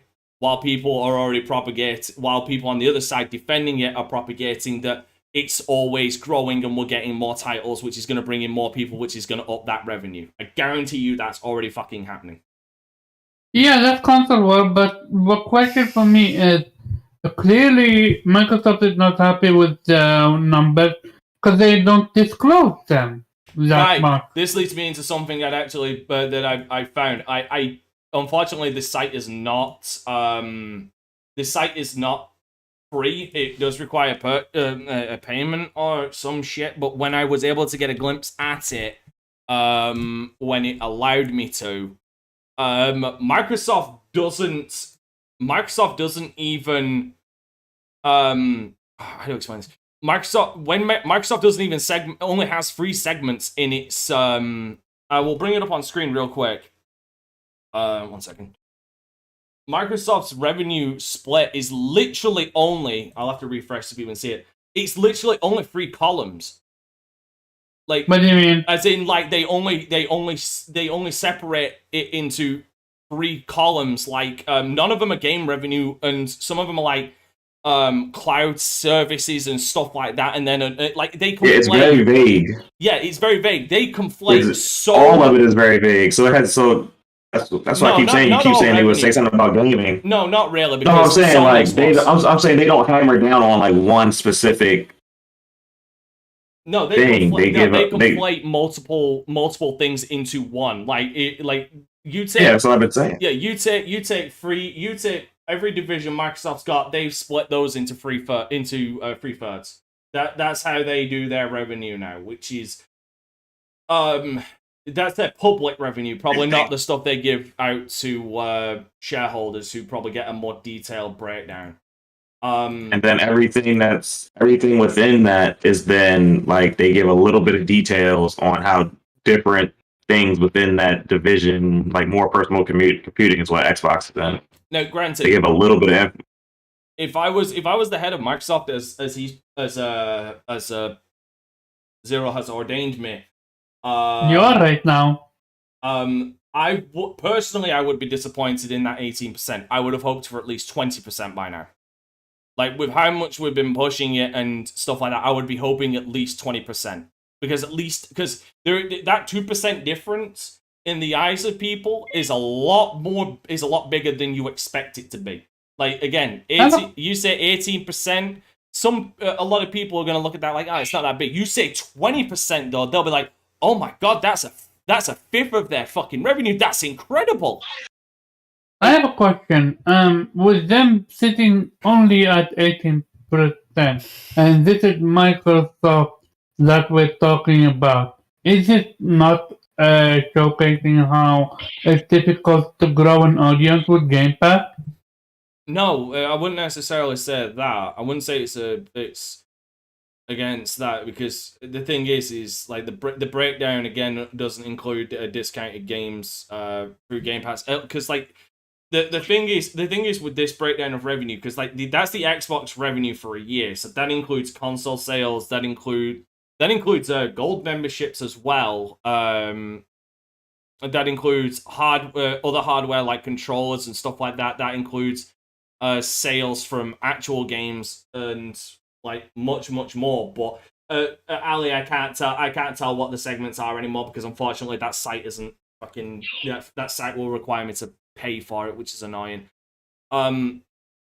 So like I said, like it's from people like your perspective. 18% doesn't seem that impressive. It is impressive given the fact that Game Pass has only been around like realistically 3 years, I think. 2 years. Like no, I'm like full version like 3 years, 2 years, 2.5 years, maybe 3 years.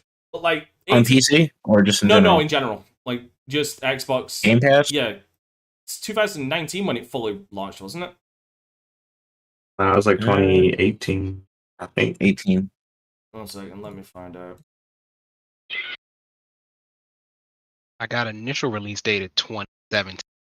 2017, yeah. Yeah, no, Game Pass has been along for a long time now. Yeah, Game Pass has been out for like 5 years, bro. Yeah. Okay. Yeah, So going to okay. So then you add that number of 5 years. I do stand by what I said. I would have expected this, if I was the head of Xbox, to be at least 20% of my business by this point. Given 5 years, given the amount of money that because here's the thing. This is something else that we should also indicate, because even though it's not the main reason, it's one of the reasons. One of the reasons Xbox has bought all of these fucking studios was to propagate Game Pass as well. Mm-hmm. Yep. And the fact that That's you less don't money they have to spend to bring a game to the service. ABK is all about K. It's all about King. That's the main thing. But They want that mobile market. But still, it's the fact that it's still the fact that, and maybe when they get the mobile market out, it'll improve even more, or when they put it on Steam. When they get it on Steam. But it's just looking at that, I'm like, I would have expected it to be higher, given it's been 5 years, given the amount of money that they have put into Game Pass, but also put into the studios they're expecting to make games for Game Pass. Like, I would have hoped that I would have seen at least a bit more growth. At least that's my opinion, Zero. You asked me. I got you. I understand. Our one of our viewers asked, what are the 3 separations? Microsoft goes by productivity and business processes, intelligent cloud, and more personal computing. Those are their 3 that's the one. divisions that they report on. That's those 3. Yeah, it was. They're the 3. Intelligent cloud was definitely one of them. Which seems like the most Microsoft thing to do, to be just as vague as possible. Yeah, it's very vague on what they report on. That's why when people say they will report the gaming numbers, like, they're not a gaming company. They don't care about that. Like, honestly. They care about those 3 segments, and that's what they report on. And there's a part of me that wonders, like, there's, it's Microsoft. The things that we know that they're into, have to pale into comparison to things we don't know that they're into. Stop playing Pokemon. That where quote unquote revenue is coming from, that you sort of might have to shuffle around. So it's like, all right, I get it. And Microsoft and our U.S. government particularly have always sort of butted heads from time to time, because they don't like to play by the rules. And frankly, when you are the number one leader for PC computing, why do you have to be? The thing with technology is that their rules are made up as you go, because technology is always evolving, and the government can't keep up with it. They can't keep up. Yeah, the government way too fast. So that is the part. So thank you, Dante, for being the head of Microsoft. I look forward to your firing me in the future. Your second quarter earnings. Well, I wouldn't fire you unless you sort of run a pretty poor workshop, in which will lead us into our next topic. Stalin ain't got shit on me. Being with Quantic Lab and sort of Disco Elysium devs, and just honestly, once again, just another story of just poor working conditions for people at game developers at game developer companies. We'll start with the Quantic one, because I've got that. What Quantic Lab? Which studio is that? That's not a studio. That's a QR. Yeah. That's a QR company. Yeah. QA. Quality assurance. Yeah. What's a QA? Quality assurance. They're the guys who play the games before it's released to tell the developers if Q&A. there's any bugs. Okay. Oh yeah, Q&A. Okay. Which Quantic Labs? Oh my god! This if all of this happens to be true, goes to explain something that I've talked about before. Can you share the story first? Because I don't know what's happening. Yep, I will read it. And so we're going to start with Quantic. So former and current employees, once again from Eurogamer, former and current employees have shared their experience of working at Quantic Lab, a Romanian company which provides quality assurance support as an external third party. Quantic Lab came under scrutiny in June when a YouTube video uploaded by channel Upper Echelon Games contained details of mismanagement and malpractice at the company while it was helping with development on Cyberpunk 2077. The allegations shared with Upper Echelon Gamers by whistleblowers were brushed off by Quantic Lab CEO, founder Stefan, do not know how to pronounce his last name, Don't bother. at the time. Call him fuckface. It's good enough for him. Yeah. In a new report by PC Gamer, employees at Quantic Lab spoke more about conditions at the company and spent time spent working on Cyberpunk 2077. Several employees claimed management told them to avoid talking about how many years of experience in QA they had when speaking with CD Projekt Red. CD Projekt Red was not getting the level of experience it paid for, and sources said it led to the company raising concerns over the QA's underwhelming performance multiple times to Quantic Lab. Quantic Lab was just one of numerous external QA teams contracting for Cyberpunk 2077, and sources say they accounted for a third of QA staff on the game. Poor management and lack of experience contributed to the QA team struggling to fulfill its basic obligation. One former employee told PC Gamer they felt Quantic was partly to blame for the catastrophic state Cyberpunk launched in, stating the fact that the game was in the state it was Quantic contributed. PC Gamer's PC Gamer sources also revealed the turnover rate at Quantic Lab is high, with lead testers having to lie to clients about the size of QA teams. One former employee described harassment from managers, and many said management would directly state testing games was unskilled work.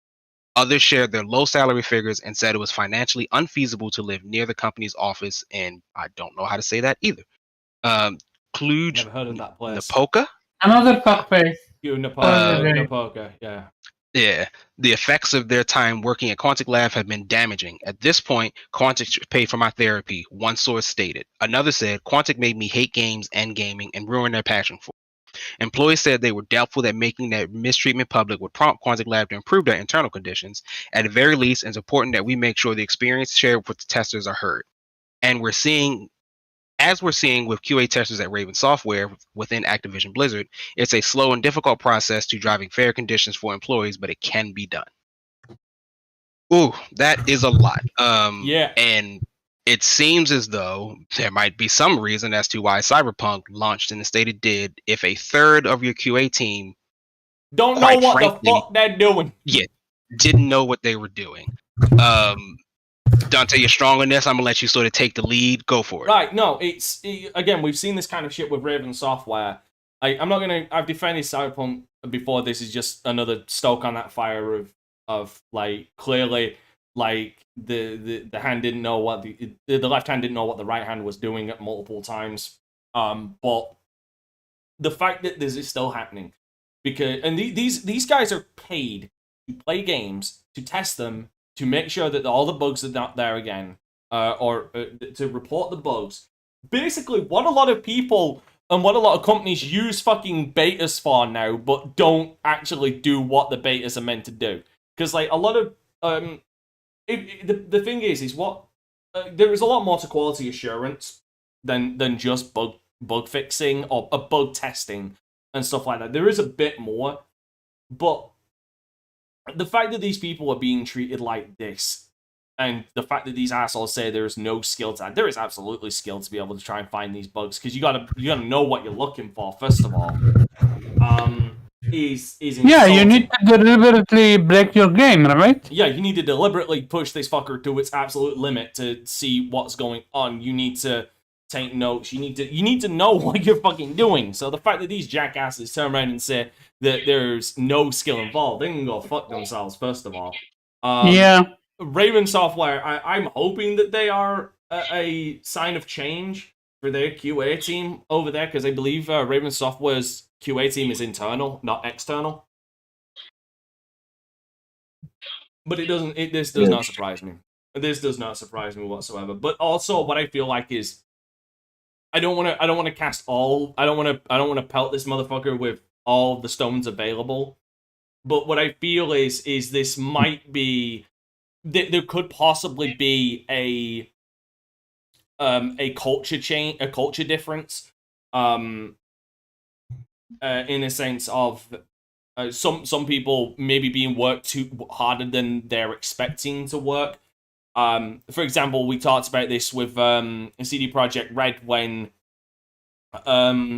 we were talking about they worked long hours, and I believe it was during The Witcher 3, and I brought up the fact that the thing is the Polish, mainly Eastern Europeans, like Romanians, the Polish, like a lot of those countries, they work really hard. It's like the Japanese as well. Like they also fall into this kind of idea of they just work really, really fucking hard. Like they knuckles to the ground until they're bleeding kind of work, and that's just been ingrained in the culture, in the society over there. And when you put an American, no offense guys, if you put an American in that situation, it's going to be an absolute culture shock, because you're not used to working like those kind of knuckle grinding kind of hours. At least a lot of people aren't. Hell, even people over here in England aren't. Maybe there's a bit of that, but there's definitely some serious fucking mismanagement over at Quantic. Absolutely. Mm-hmm. And the fact My that question what makes this even worse is they are just as responsible for games coming out in a good state as the fucking developers are. Because the developers are developing it, but they won't know if the bugs are there if the QA team doesn't fucking tell them that it's there because they found it. Mm-hmm. That's what's big. QA team, developers rely on QA team, right? What?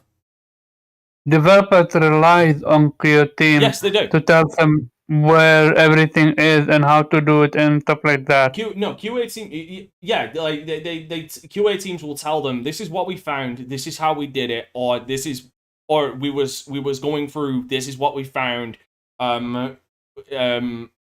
your thing, and then the developers will go in and try and find what they were talking about, and if there's code out of line to talk about it. For example, right, so in Cyberpunk 2077, I'll give this example.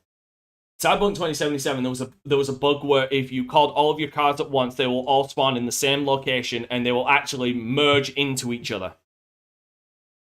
So if the QR team did their fucking job and found that, they would take it to the developers at CD Projekt Red. They'll tell them, okay, this is what happened and this is how I did it. The developers will then go in, look at the code and realize, oh, we need to fix this, and then they'll probably set it to where if you can't spawn multiple cars at once, or if you do spawn one car and then another, it will despawn the first car, or they just won't phase into each other.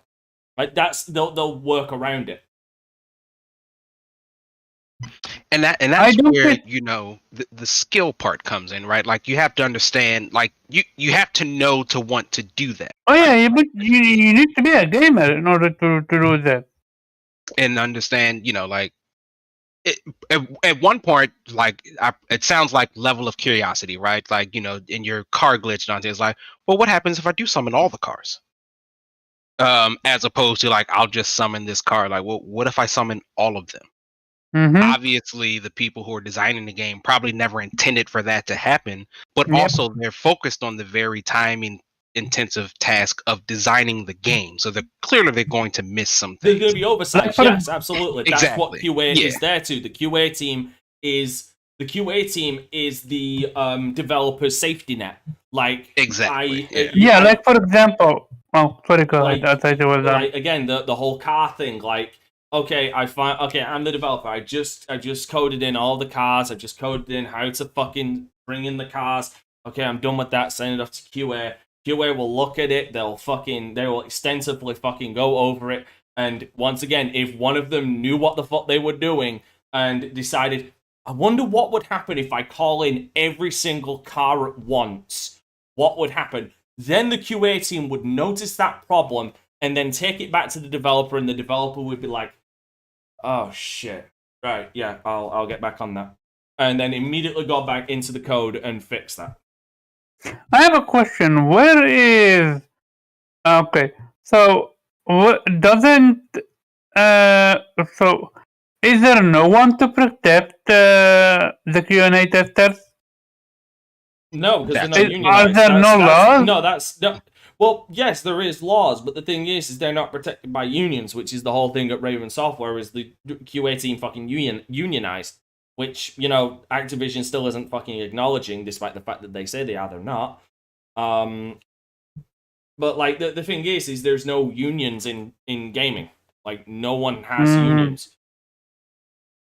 It is a big sticking point that, as Dante mentioned, hopefully Raven will be one of the sort of leading forces in this change, because quite frankly, there needs to be a change. The thing is that nobody, like, the higher ups don't want them. Like, just look at Amazon, for example. They're still not acknowledging the goddamn fucking Amazon sites that have unionized. Activision doesn't want Raven Software to unionize, because then that gives too much power to the people they're hiring. Why do you think that the school industry over there in the US would love nothing more than to break fucking teachers' unions? Why do you think that is? Because they don't want to give these people too much power. And there's something to be said, and Jube, you and I have talked about this before.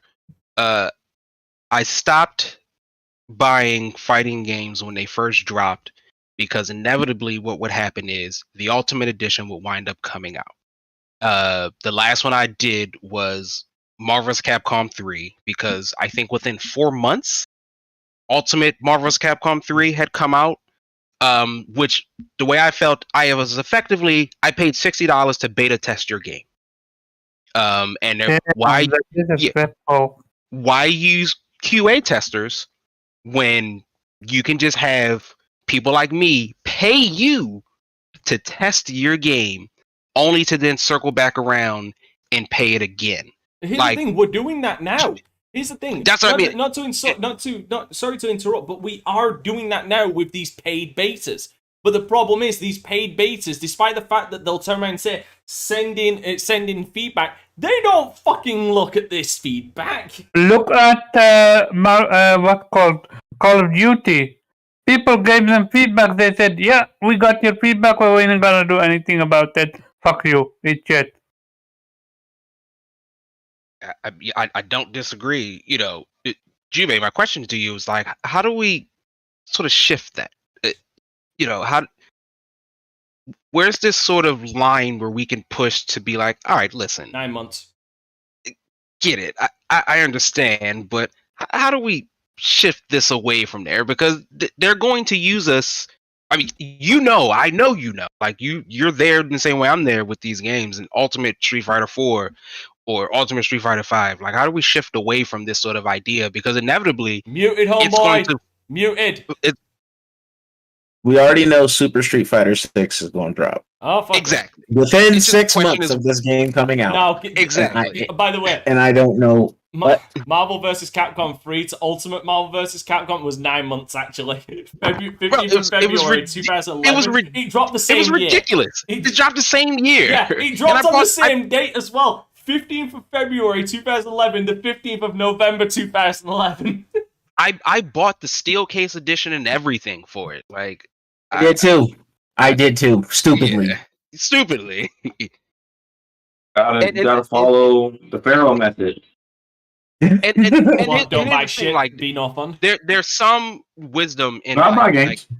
I think that Street Fighter 6 will come out fairly good, and inevitably when Super Street Fighter 6 comes out, it won't be the sort of I personally I really do think Ultimate Marvel's Capcom 3 was just the beta test.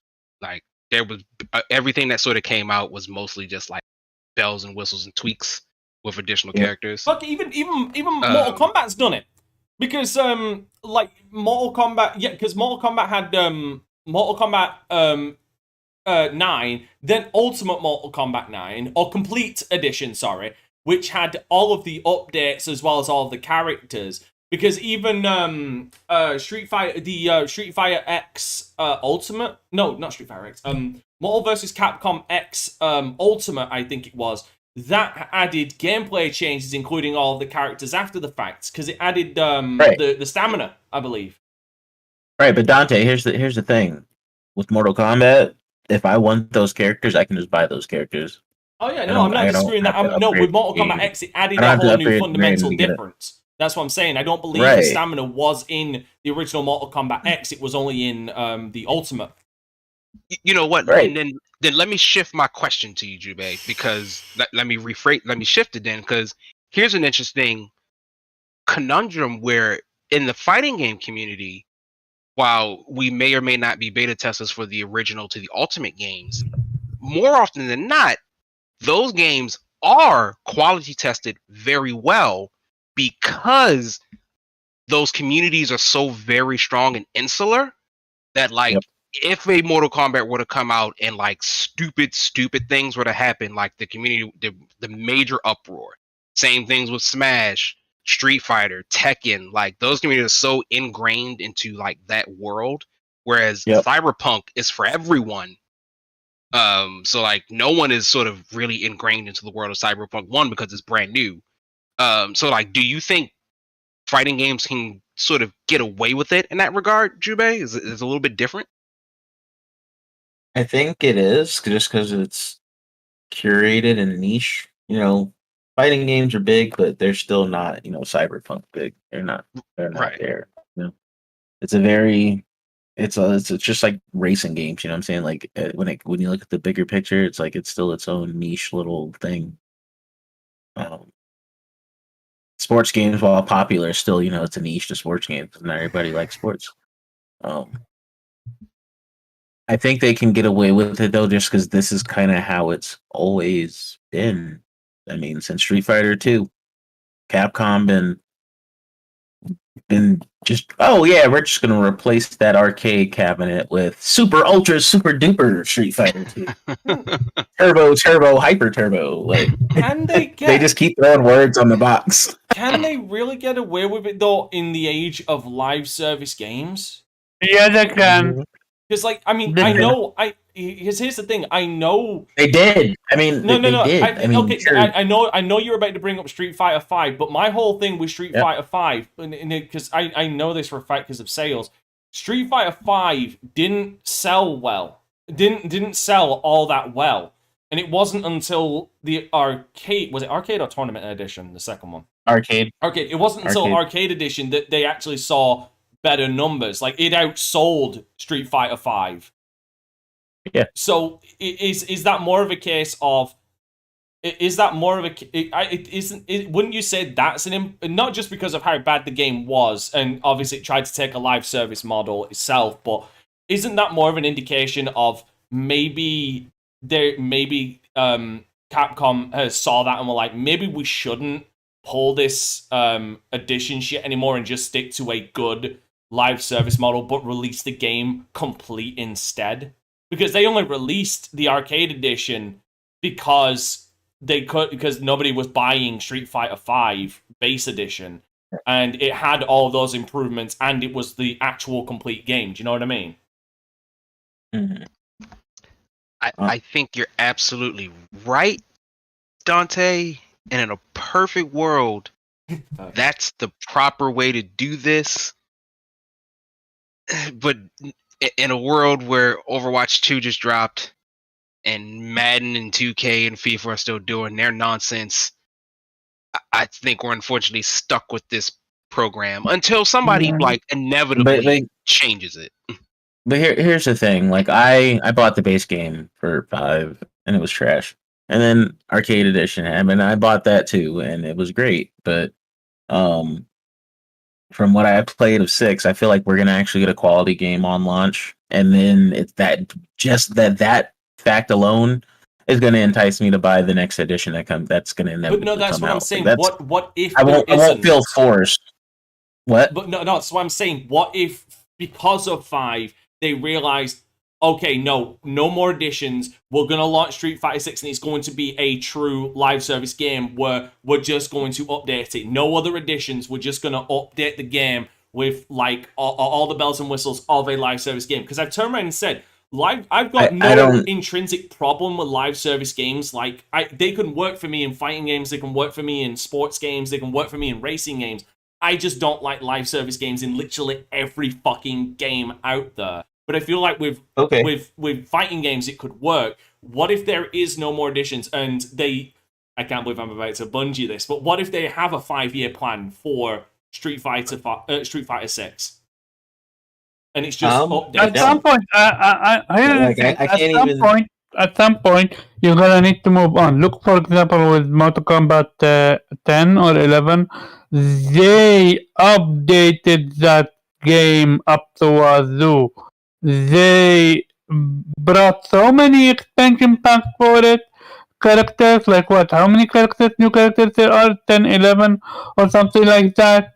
They ran out of ideas. So then you're gonna now focus on something new. I'd just like to point out for you, Omar, like they had a couple years plans for Mortal Kombat X because there was like it was supported for like 2 full years, like 2-3 full years.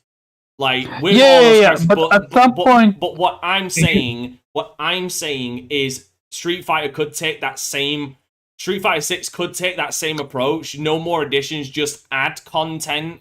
Like with free updates, like if their gameplay changes and add characters through DLC or something like that, because they did try that, and then bring out a new game in a couple of years, because the difference between Mortal Kombat X and 11 was 4 years, because 10 came out in 2015, 11 came out in 2019. I'm not saying they can't move on in the future. I'm just saying, what if they decide, because of the fucking problems that 5 had, what if they decide we're not going to bring out Ultra Street Fighter 6? Is my point. They're not. I can't even glorify that with the responses. They're not. That's never going to happen. There is always going to be another edition for Street Fighter because that's Street Fighter. It's part of the fucking shtick, you know. But and here's the other thing. In 5 I did not like how they did seasons and shit, like where you could buy like the waves of characters and shit. I don't want that. I don't want piecemeal shit. With Street Fighter, give me the new edition, give me all those characters. I got them already. I don't need to sit here and buy them. Always like it's times like that where I wait. Like unless there's a character I really want, I don't touch the DLC until it's all included in something.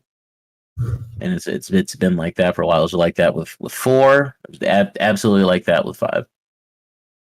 So the whole new edition shit is not going to go anywhere because there's some of us that purposely wait and we'll just spend the money we would have spent on the DLC on the new, iterative edition of it and call it good. Yeah, and I think like it can be a little bit of both. Like I think you're absolutely right, Dante. Like they don't have to. What I think, and I think occasionally what they tend to do is inevitably like new characters are coming, and so what they would probably wind up doing is selling like Street Fighter the Ultimate Edition or whatever, and like you buy this, you get everything that had come up until that point, and you pay X amount of dollars for it, and it may or may not cost. Maybe it's cheaper than if you bought everything individually. So you get the characters, you get the stage, maybe you get extra costumes for this type of thing. But I agree with Jue. Capcom's just in the money of selling it to you again. Yep. They certainly can do it because Skullgirls has been doing it.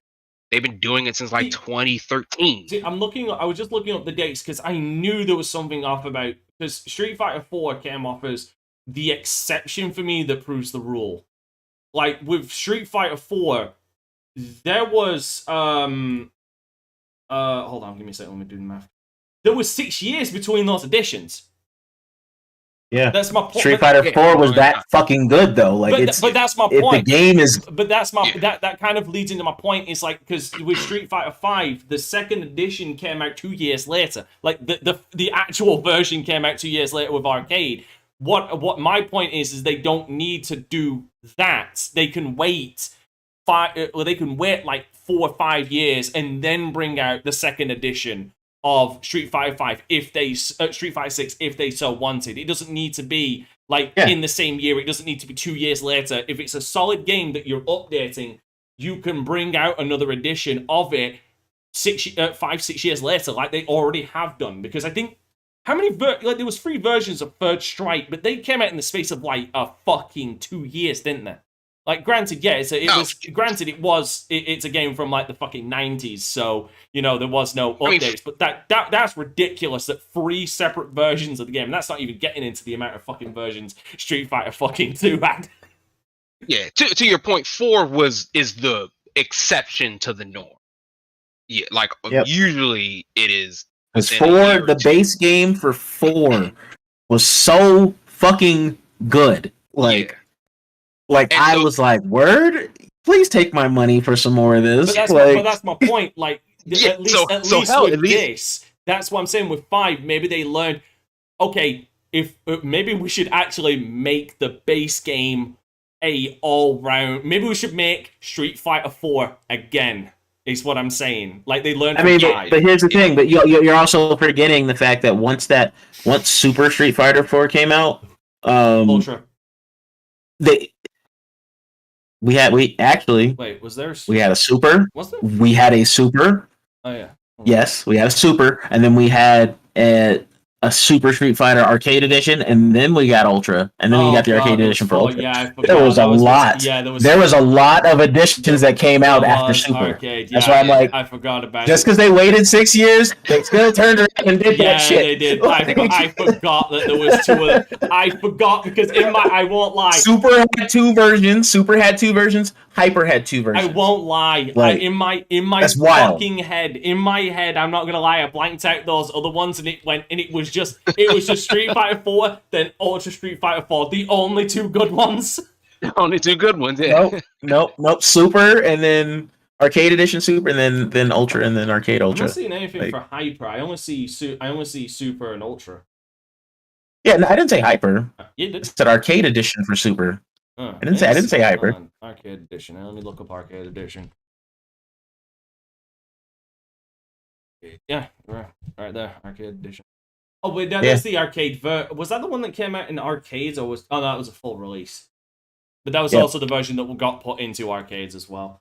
Again, in my head, I'll admit retardation right now. I immediately thought it was just Street Fighter 4. And then Ultra Street Fighter 4 was they had to make up. They had to make up for them 6 years of the great. There was like, we missing out on money over here. We need to release another version of this game, but it's going so well.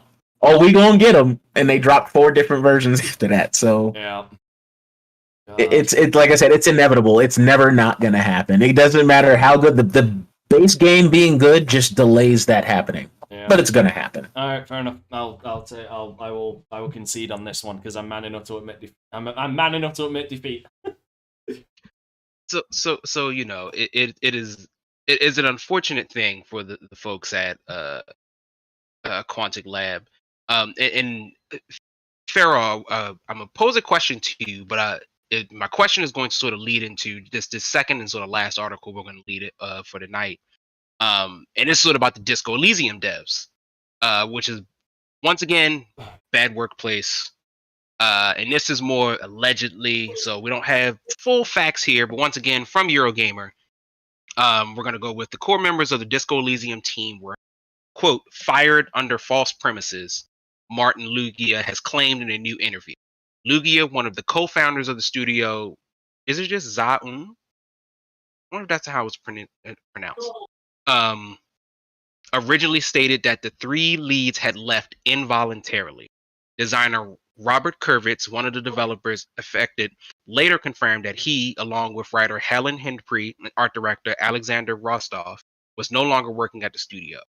In a short interview with Game Pressure, Lugia revealed more about the background of the studio and the events leading up to the trio's removal. It happened late last year, he stated. They were fired on false premises, he alleged, adding he could not disclose everything he knew to Game Pressure due to uncertainty over NDAs. Lugia, who worked at Zaum under its first year and then a few months in 2021, stated he broke the news to Kurvitz, Hindpree, and Rostov because he felt the fans had a right to know. Their departure from the studio had not been made public by the company or the developers themselves yet. Lugia was pessimistic about the future of Disco Elysium in the interview. I think the studio in its current form would not be developing the sequel, he stated, adding he was unsure how many people who worked on the original game remain at the studio. When briefed on Combat allegations, studio stated it had nothing to add at this time. Pharaoh, so I want to circle back because at the Quantic Lab situation, one of the key points that stuck out was that the owner of the company very targetedly said that like he felt that the QA people were unskilled work, which is very odd considering like you own this company. Why would you, one, hire unskilled workers? Two, you should sort of have an understanding of what the job entails if you're owning this company and you know what you're actually doing. So it seems as though like upper management did not seem to care at all about the workers, and not in the, you know, I don't expect Phil Spencer to care about the guy serving coffee in Bethesda. But I do expect him to understand like skill set of the people needed everywhere things go. And so this comes that you needed to pour that coffee. Hey man, listen, good coffee will get you through the day. That's really true. And same here, and it feels a little this way of Disco Elysium. We don't know if this is all like factual or not. This is just sort of part of the rumor. Yeah.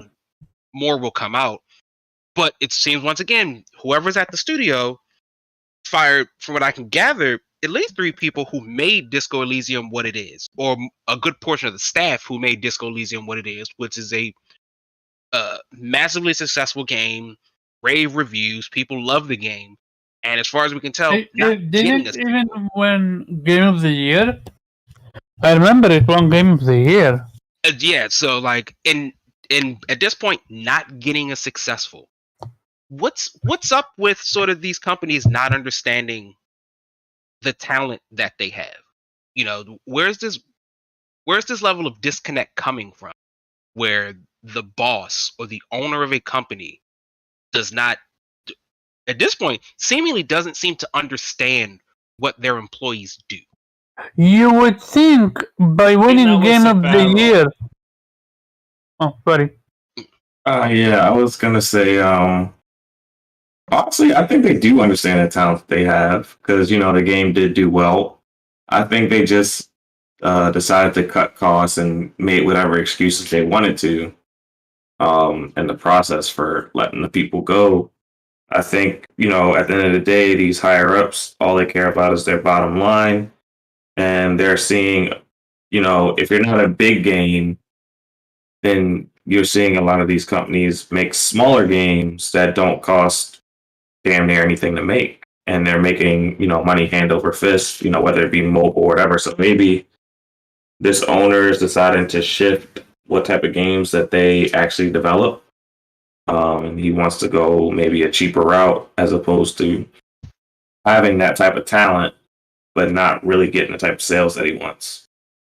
Interesting. Do we have any examples of anyone of that before from a like smaller indie studio? Like the big dogs do it a lot, but say it would be like if the Cuphead devs just decided, well, now I just kind of want to get into mobile gaming now, so we're not gonna really do Cuphead type of things because for a game like Disco Elysium to like do so well, it seems odd that their next step would be like, I want to get this, I want to chase these dollars instead of the dollars. Okay, so I don't have that exact same what's called thing, but I do have one from the developer from Fez or Fez. I forgot the what's called the puzzle game. Bill Fish. Yeah, he made a lot of money out of it, and instead of making a second game, I heard that he did make a second game after that, but beforehand, instead of making a second game, he was done. He got his fame, he got his money, and he called it a day. The main reason for that is because he bitched and complained and threw a strop, and then left the industry because, quite frankly, he wasn't ever going to make a game that lived up to the first game. Because he kept teasing Fez 2, he was talking about Fez 2, he was hyping up Fez 2, and then he said he wasn't making Fez 2 because of the audience. Like, he was doing everything to push that game forward, and everything, like, he was promising it and shit like that, but then bitch quit out. Because in my opinion, quite frankly, he knew he couldn't make a second one as good as the first. Which is a fair assessment. I firmly believe in the idea that some people have one good album, one good drawing, good game. That's it. And there's nothing wrong with that. That I just had this one thing and I just had to get it out. It's out. I don't really have anything other. I don't really know where to go from here. And there's no shame in that. But I just find it odd that from the Disco Elysium side, like the way it sounds like now, we won't see Disco Elysium. Didn't they already announce that the second one is in work? At least according to this, killed every day. I remember them announcing the second one is at work. Well, at least according to the article, Lugia is a bit more pessimistic about it being created. So I guess at one point it was, and then all of a sudden some folks got fired, and he's like, "Why did these people get fired?" And if what Pharaoh says sort of rings true, then it's like they might be going in a whole different direction. He might have killed an entire company now with this one. Yeah, and like maybe this company just like sort of falls by the wayside. It's over for them. Pack it down. Make a little cell phone game. Yeah. Disco Elysium Mobile. I mean, Disco Elysium itself could just be on mobile and probably would do all right. Yeah, but people don't want Disco Elysium Mobile. They want Disco Elysium 2, or they want their next project. Well, once you go mobile, you're catering to a whole different audience, so your marketing is totally different. Precisely. Than it was before, so... And here's the thing, console people are not mobile people. They're not, but it's more mobile gamers than there are console gamers. Yeah, but mobile games don't win Game of the Year. Console games do. And also, they don't care, but executives don't care about Game of the Year. They care about I'd money. also just like to point out that saying that is kind of arbitrary when you say there's more mobile gamers, because like I could literally call my mother a mobile gamer, and all she does is play Candy Crush, but she isn't going to be playing. But these companies, identify them as gamers, and they identify them as potential customers. And there's more potential customers on a cell phone than there is on a Xbox, PlayStation, Nintendo, or whatever. Potential. Bloons Tower Defense 6 is game of the year for me. No one asked your goddamn opinion. All right, I'm saying. I should get it. It's free to play. Yeah, so it's Overwatch 2, and I ain't gonna be giving it fucking game of the year. Good progression system. Solid storyline. Telling you, a lot of these execs would rather have Candy Crush than have, God of War Ragnarok. I think the only one from a big name developer that really made it was Fallout Shelter. Yeah. Fallout Shelter was like pretty big for a little while. Oh, no. From a big... No, absolutely not. Fucking Pokemon Go, bro. Oh, excuse me. Yeah, I still play that to this day. Yeah. Exactly. There you go. Yeah. Another one, quite frankly, I mean, it was big for a while as well, is... you remember that Simpsons Tap? I actually really loved Simpsons Tap. That joint was fire. Felt like a step. Dang, I actually kind of want to download that again. I wonder if it's still Simpsons around. Tap Out, that's it. Yeah. And you just sort of grew You were butting then for the me. town. Yeah, it you was basically grow. Yeah, you basically just grow fucking Springfield out and make it how you want to make it and shit. Yeah. Like What there game are is that? there are people who spend so much time on that no fucking joke didn't spend a dime at all on it, but no joke spent so much time on it they recreated Springfield 1-1 in pitch perfect, like where everything is meant to be. It was. Which game is that? Simpsons Tapped Out. What type of game is that? It's a mobile game. It's a mobile game. So I got you on that front, but what does it do? Is it nothing. I can't think of anything. do you tap? Do you keep tapping on your mobile? Kind of. Like, No. it's weird. Simpsons Tapped Out kind of falls in its own fucking thing of what it is. It's like, you know what it is? It's SimCity. Oh, okay. It's SimCity, Pretty much. actually. That's what it is. Pretty much. Yeah. I could. Yeah. With like small Farmville-esque elements, because like you build this thing, it's like it's gonna take an hour. And it's like, all right, we'll come back in an hour, and then like the Wiki Mart is built. I'll pay us $5 and we build it for you right now. Or you pay money to buy donuts to build it right now. Which to be slightly fair on this, the times weren't so arbitrary. It was one of those things you could literally just do and put away. Like it wasn't something where it wasn't one of those things where, oh, you're gonna miss this if you don't pay X amount. It isn't Raid Shadow Legends, basically. Like, it was something you could literally just, okay, get this out of the way. Okay, I'll put it down and I'll come back in like an hour. Like, you really didn't feel pressured into buying it. Yeah. People with serious gambling addictions did that. Or severe compulsive problems. Yeah. There are some fine gems in the world of gaming.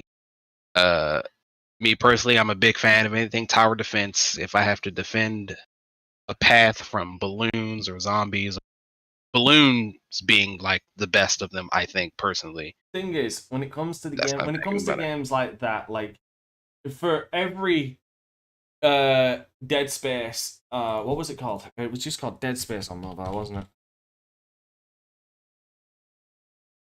Hold on 1 second. What was it called? It was for every Dead Space mobile, which was a full-fledged fucking game on mobile of Dead Space. It's a game that takes place between just before the events of Dead Space 2. Actually, it's a good fucking game. Actually, I'd recommend if you're able to find an emulation of it, do it. For every one of those, there's like 50 Raid Shadow Legends. Oh yeah, you have to wade through an entire ocean of trash to get through perhaps 5 gems. But when you find those 5 gems, like sometimes it's worth it. But the problem is those 5 gems are over in like 5 seconds. You're not wrong. You're not wrong at all. But I think, well, I always hate ending on bad notes. Real quick, we've got what 3 more months in this year. We've still got 3 more months of games coming out. What's everybody looking forward to? Bayonetta 3. Dante, we got Bayo 3. God Omar, of War. God of War. Jube, Damn, on the spot. Yeah, I'll say God of War if we're talking this year. all right, God of War. Pharaoh. Are you not? Wait. I know one for you, Bay. Scorn. You're looking forward to it, right? Oh yeah. I forgot about Scorn. Yeah, that's actually in 4 days. Yeah, it's Friday.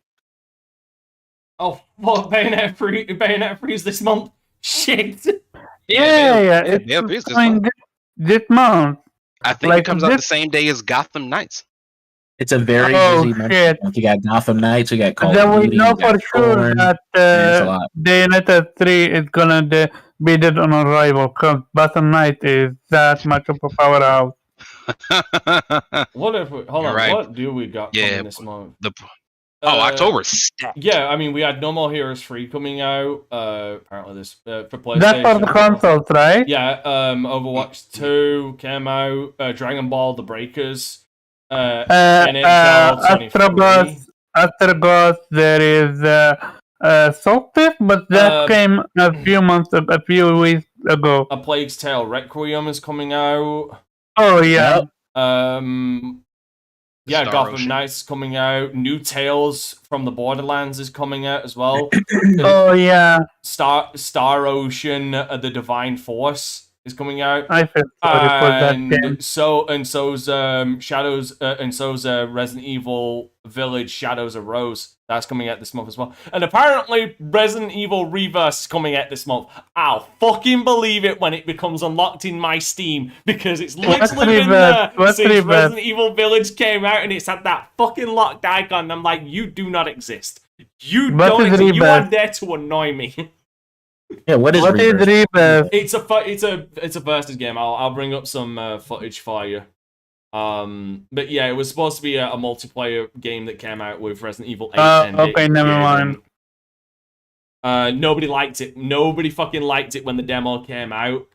So I'm curious if they've changed anything because no joke, it got absolutely fucking demolished review-wise and feedback-wise. It was that damn bad when it came out. When the beta launched. It's awful. It was like that's the problem. It was fucking awful. Like here's some footage to show you how fucking awful it is. Like it's trash. All right, okay, while I've got this up, please continue with like what we're looking forward to. Zero, sorry. No, that for me, that Gotham Knights. Like I'm. You really want to play that game, bro? You gotta tell me how it is. I'm not getting that shit. Yeah, I'm gonna be my litmus test, bro. You gotta tell me what you think of it. I'm gonna cross buy with a friend, so we're gonna cross play together. And I'm just gonna see what the deal is with them. Like, I'm gonna try it out. I don't know. I got weirdly hooked when I started seeing some of the stuff, so I was like, let me see what it's all about. I will tune in and give you sort of a play-by-play on how it runs. Believe me, if it sucks, I'll let you know. Do you think it might be that hidden gem that was Guardian of the Galaxy, or no? I think Guardian of the Galaxy shines because it's written so very well. Yeah. I don't think this is going to be written nearly as well. But I think it's gonna be a little bit better than what people. Is it not going to follow, the comic? I can see the disgust on Jube's face as he's looking over to what I'm assuming is what I'm showing. Yeah, it's good. I don't even know what the fuck's going on here, bro. Yeah. Why does he run like that? He runs. He's like, I gotta go take a shit. I'm turtling, son. Yeah. This is bad. And now you can understand why, no joke, it's We've been waiting a year for it. Hey, Like, is it free to play? No, it is not. You got a copy of it with Resident Evil Really? Village. Ah. It's They like, keep trying doing this online stuff with their games, and it never gets anywhere. I don't like how they do my man Leon. I don't like. I need It better looks- run animations for this. It just looks so fucking awful.